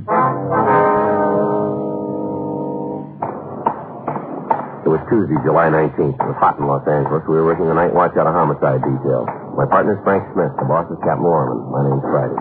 I was on my way back from the main jail, and it was 5:27 p.m. when I got to room 42. Homicide. Hi, how'd it go? He's willing to make a statement. He copped to the whole thing. That's going to save us some time. Yeah. Could have saved a lot more if he'd gone with us last week, though. Yeah. What do you got? Paperwork. Want to give me a hand? Yeah. Here. Okay. How's the family? Pretty good. Faye thinks he's got appendicitis. Faye thinks she has appendicitis. Woke me up at 2:30 this morning. Got a pain in her side. Sure it was appendicitis. Yeah. I told her to call a doctor. No, she didn't think it was that bad. Not to call a doctor. Just enough to keep me awake worrying about it. This morning the whole thing's gone, though. No trouble. Says it's probably heartburn. Why don't you give her a couple of your Pepto pals? Oh, Joe, that's very funny. Funny. Homicide Friday. Yeah, that's right. What's that? What's that address? No, we'll be right out. No, not anything. Right. Goodbye. Work? Work. Made at a motel out on Sepulveda. Found a body in one of the cabins. Yeah. Thinks it's a suicide.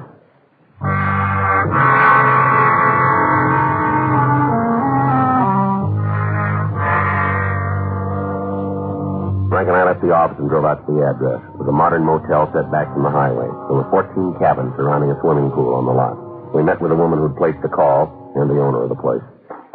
Right over there. Number 8. Anything been touched in the room? No, sir. As soon as I saw him, I knew what had happened. I locked the door and called you. What's his name? Registered as Tom Rustad in Phoenix. How long has he been here? About 10 days. I'd have to check the card to be sure. Is he alone? Here, I got the key. Go ahead. Thanks. You touched the body at all? No, I should say not.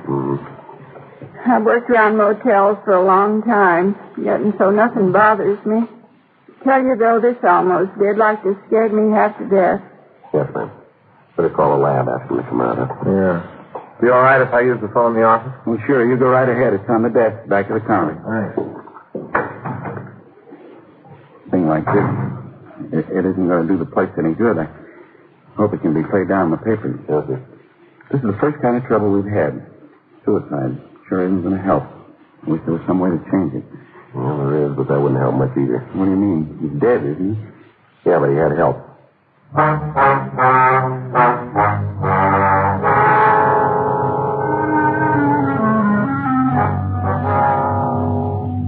6:03 p.m. The crew from the crime lab arrived and started their investigation. Apparently, the victim had been killed with a small caliber gun. However, a search of the room failed to turn it up. The coroner's office was notified. They came out to check the body and go through his effects. 6:18 p.m. Frank and I talked with the motel owner in his cabin.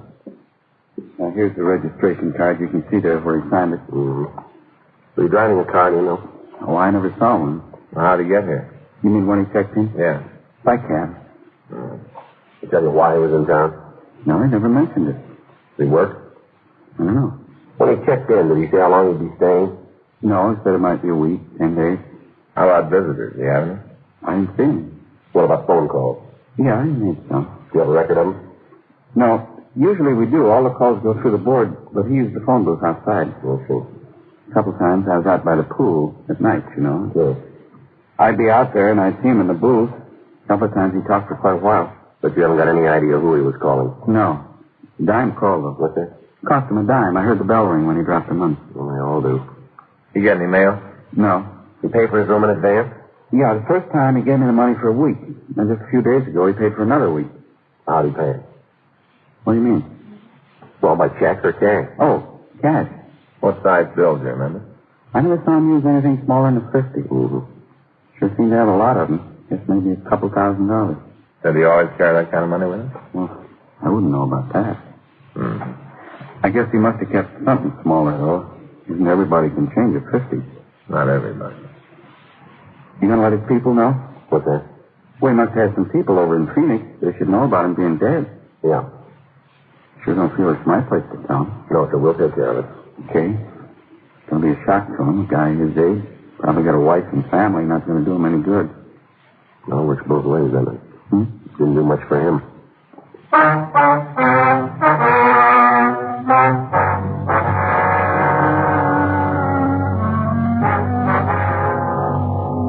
In going over the place, the crime lab found the room had been ransacked. Although none of the possessions of the victim had been taken, there was no money in the room and no personal identification could be found. The place was gone over for fingerprints.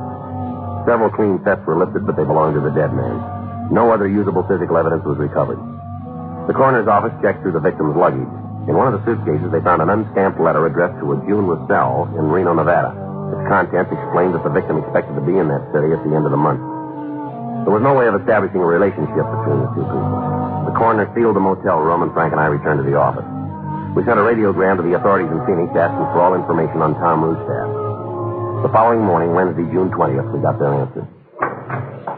There it is, Joe. Ginny? Yeah, take a look. Yeah, boy. It's going to make it rougher. Yeah. I never heard of him.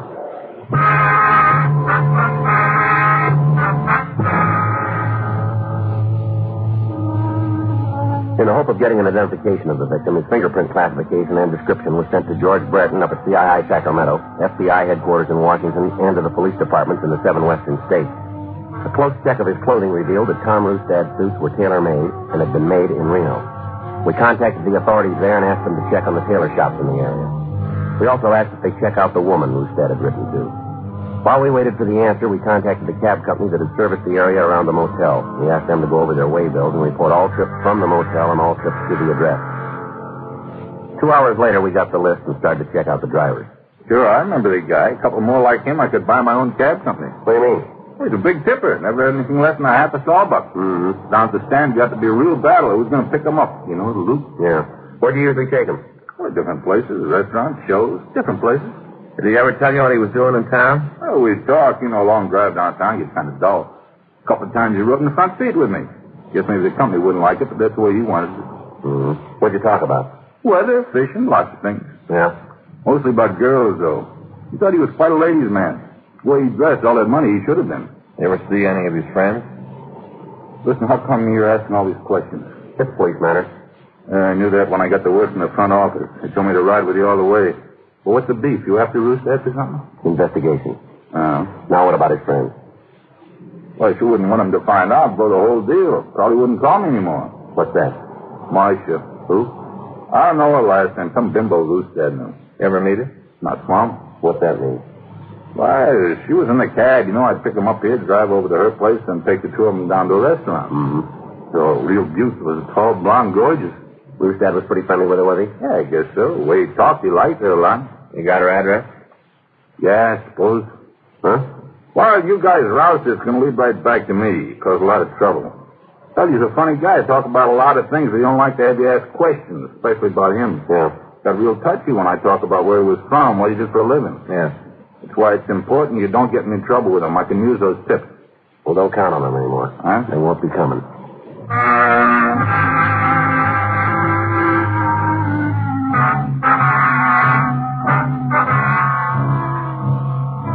We got the address of the woman the driver knew as Marcia.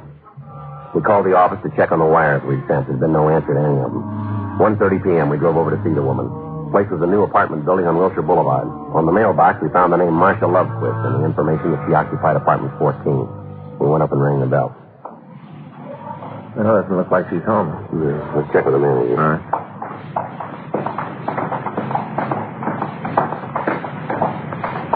Sure pretty cool, isn't it, Joe? Yeah. You know, you ought to get a place down here. It'd be great for you. It would, huh? Sure. Nice apartment, pool, get some fun. Yeah, I got a lot of time for that. Well, once in a while. It wouldn't cost so much. Mm-hmm. Be nice. Me and Faith come over and see you and bring the kids. You bet. Well, you wouldn't want to be a hog about the pool, would you? Not me, Frank. You feel that way, just forget the whole thing. That's what I was planning. You just forget. Here's the manager. Can I help you? Wonder if you could tell us where you can find Miss Lovequist. Marcia? Yes, that's right. Oh, saw a few minutes ago. Oh, yes, there she is over by the pool. See, with the straw hat. Oh, yeah. Thanks very much. Sure. Thank you, ma'am. Miss Lundquist? Yes? The police officer'd like to ask you a few questions. Policeman? I don't know what I could tell you, but go ahead. Sorry if we sit down? Sure. Pull up a couple of stools. Thank you. Thank you. I'll get 'em. Thank you. This is Frank Smith. My name's Friday. How do you do? Yes, ma'am. Now, what do you want to see me about? You know a man named Roostead? Yeah, why? What can you tell us about him? In trouble? No, we're just checking. Oh. Well, what do you want to know? You know where he's from? Me his hometown? That's right. Someplace up north. I don't think he ever said. How'd you happen to meet him? Cocktail party, hotel downtown. There was a convention. My agent got me a job as a hostess. Mm-hmm. I'm a model. Do some work in TV. Things get a little rough. You take what you can get. Yeah. And Tom was there, and we got to talking. Went out to dinner. Quite a bit after that. Did he tell you what he did for a living? No, I don't think so. Salesman, I think. Talked like one. What about this convention? Hmm? You know what it was for? Oh, dentist. But he didn't have anything to do with that. He was just there. Oh? Told me he was sitting at the bar, and one of the guys asked him to come up and have a couple of drinks. That's all. He wasn't a dentist, though. I see. Do you have any friends here in town, would you know? Yeah, I don't.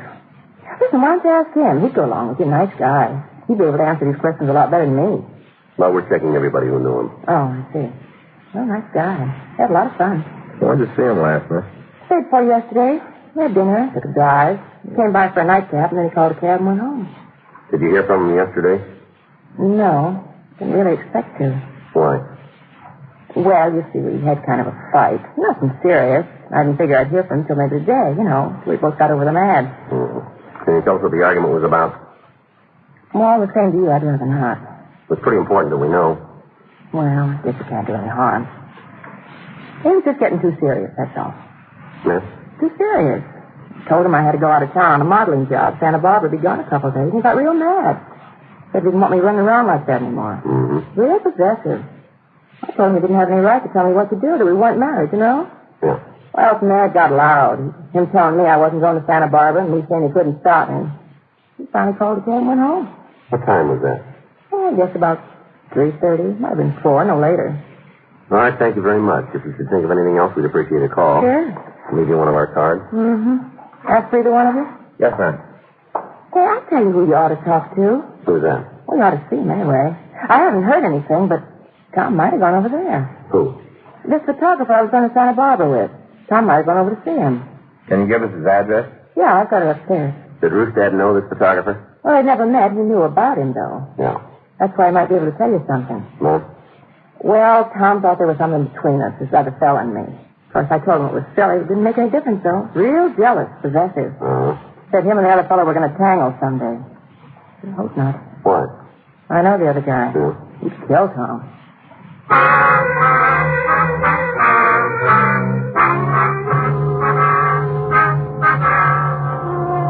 We got the name and address of the photographer, and then we drove back to the city hall. We made a check through R&I, but we found no record on him. 3:06 p.m. Well, looks like we might have a lead. Yeah, I hope it turns out, don't you? Mm-hmm. Homicide Friday. Yeah. Yeah, Jack. No, we've been waiting for it. Can you give it to me over the phone? We'll pick up a copy later. Okay, go ahead. Mm-hmm. What? How do you spell that? Rossfelle.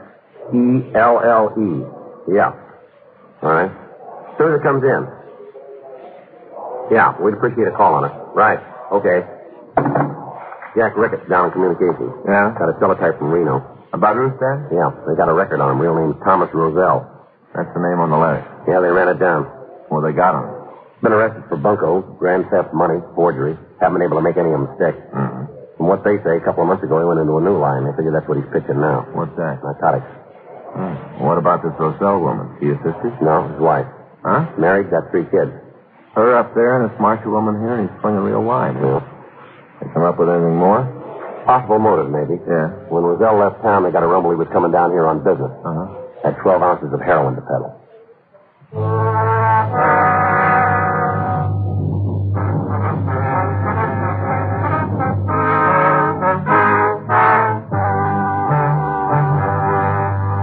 We put in a call to Narcotics Division and talked to Captain Walter. He told us they didn't have anything on Roselle, but they'd heard about a new supply of high-grade heroin being moved into town. We told him what we'd found, and then we drove out to talk to the photographer the victim's girlfriend had mentioned. Well, I'm sorry, fellas. I haven't got any idea what you're talking about. Have you seen Tom Rustad or Ravel? Sure, I didn't say I hadn't. But I didn't have anything to do with killing him. How'd you know he was dead? It's all over the afternoon papers. Don't you boys read your own publicity?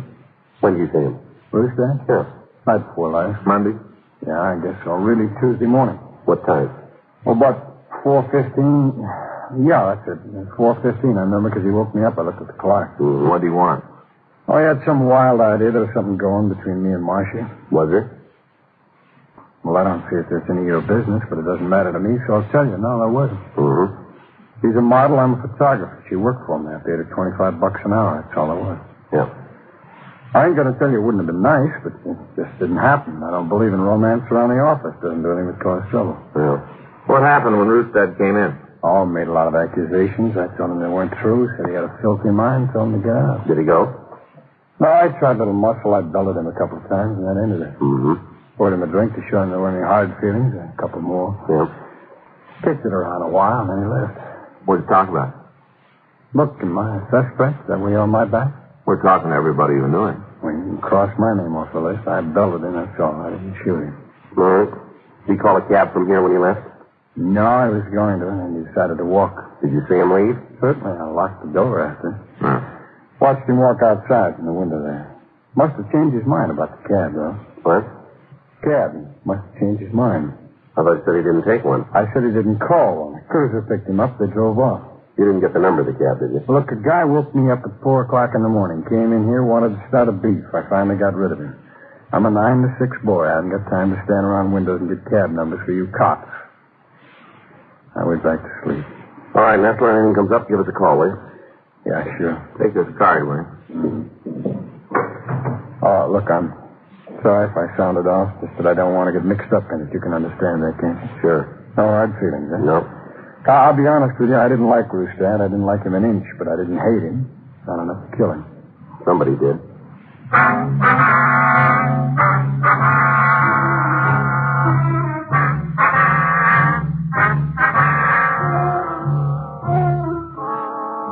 We contacted the cab company again and asked them to check the way bills from Nestler's address. They came up with one trip on Tuesday morning.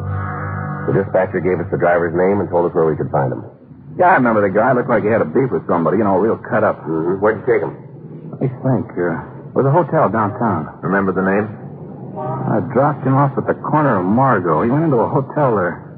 See now. The Rolling Arms, I think it was. Yeah, that's the place. All right, thanks a lot. I'm glad to help out. Say, this fella, he the same one who was killed yesterday? That's right. Well, I sure seen a lot of him. Newspapers, television, a lot of him. Always works that way, don't it? What do you mean? After you're dead, you're famous. Mm-hmm. When it's too late to enjoy it.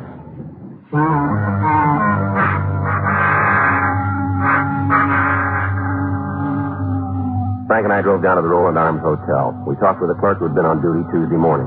He remembered a man answering the victim's description and told us he'd inquired about a guest named Wallace Alney. Because of Rustad's insistence, the clerk had put through a call to Alney, and the guest said to let the victim come upstairs. He went on to say that about 30 minutes later, both men had left the hotel together. 9:40 p.m., we went up to Wallace Alney's room. Here it is, John. Yeah, it's bad. Yeah? Wallace Alney? That's right. Police officers, like to talk to you. Sure, Smart. This is Frank Smith. My name's Friday. Hi. That's all right. Like a drink? I'm just going to fix myself one. No, thanks. Always like a drink before dinner. Sharpens up the old appetite. Yeah. Mind if we look around? No, go ahead. You looking for anything special? I might be able to help? No, it's all right. Architect's closet? Well, maybe you better tell me what this is all about, huh? You know a man named Tom Rustad or Roselle? Why? Do you know him? Yeah, I met him. I'm explaining, Joe. I don't know that closet. Well, what about Rustad? When did you see him last? I don't know, a few days ago. Want to pin it down for us? Monday. Yeah, Monday. That's the last time you saw him. Yeah, we had a couple of drinks in the bar at the corner. I haven't seen him since. We got two people who say you did. All right. Yeah. Well, then go talk to them. Leave me alone. You ever been arrested? Why? Have you? Yeah. What beef? I don't think I'm going to answer that. You don't have to. We'll find out. Narco? Where are you from? All around. Famous city. Frisco, Vegas, Casey, all around. How about Reno? Yeah, I did too. Where you met Rustad? Look, what are you guys after? You got the answer to that. Why not save some time? I got a lot of time. So wait. Well, let's be honest with each other, huh? Go ahead. Why don't you guys lay out what you got, and I'll tell you how close you are. That'd be kind of silly, wouldn't it? Why? Like playing checkers with yourself. Nothing I can do then. How about the closet? Look, you make a pinch, I got no choice. If you're wrong, I'll own City Hall. I don't think we are. And be my guest. All right, you're under arrest. Charge? Suspicion of murder. I'll take the closet. Save you the trouble. I killed him.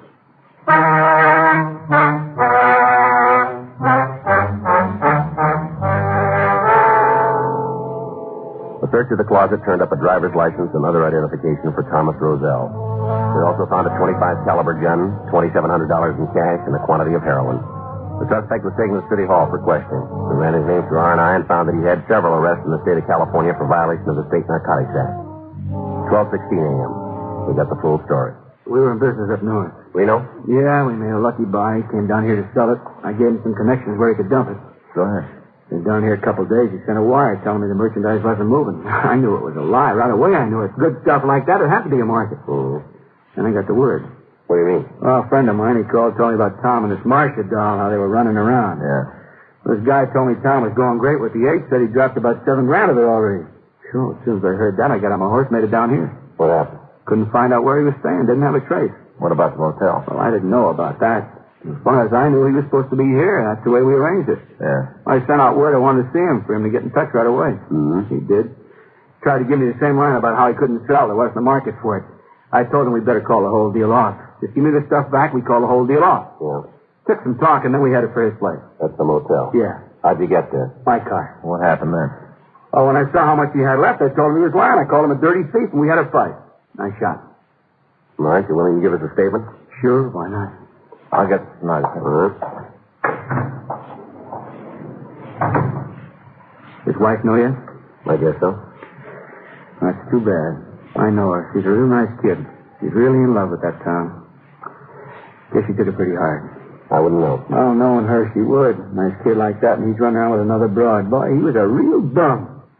The way she loved him and doing a thing like that to her. Why don't you take another look? What? What'd you do to her?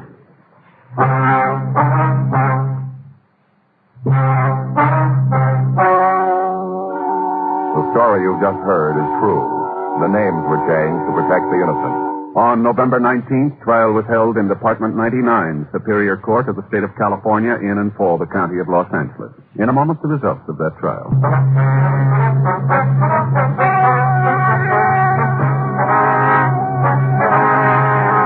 Wallace Hamilton Olney was tried and convicted of murder in the second degree and received sentence as prescribed by law. Murder in the second degree is punishable by imprisonment for a period of from 5 years to life in the state penitentiary.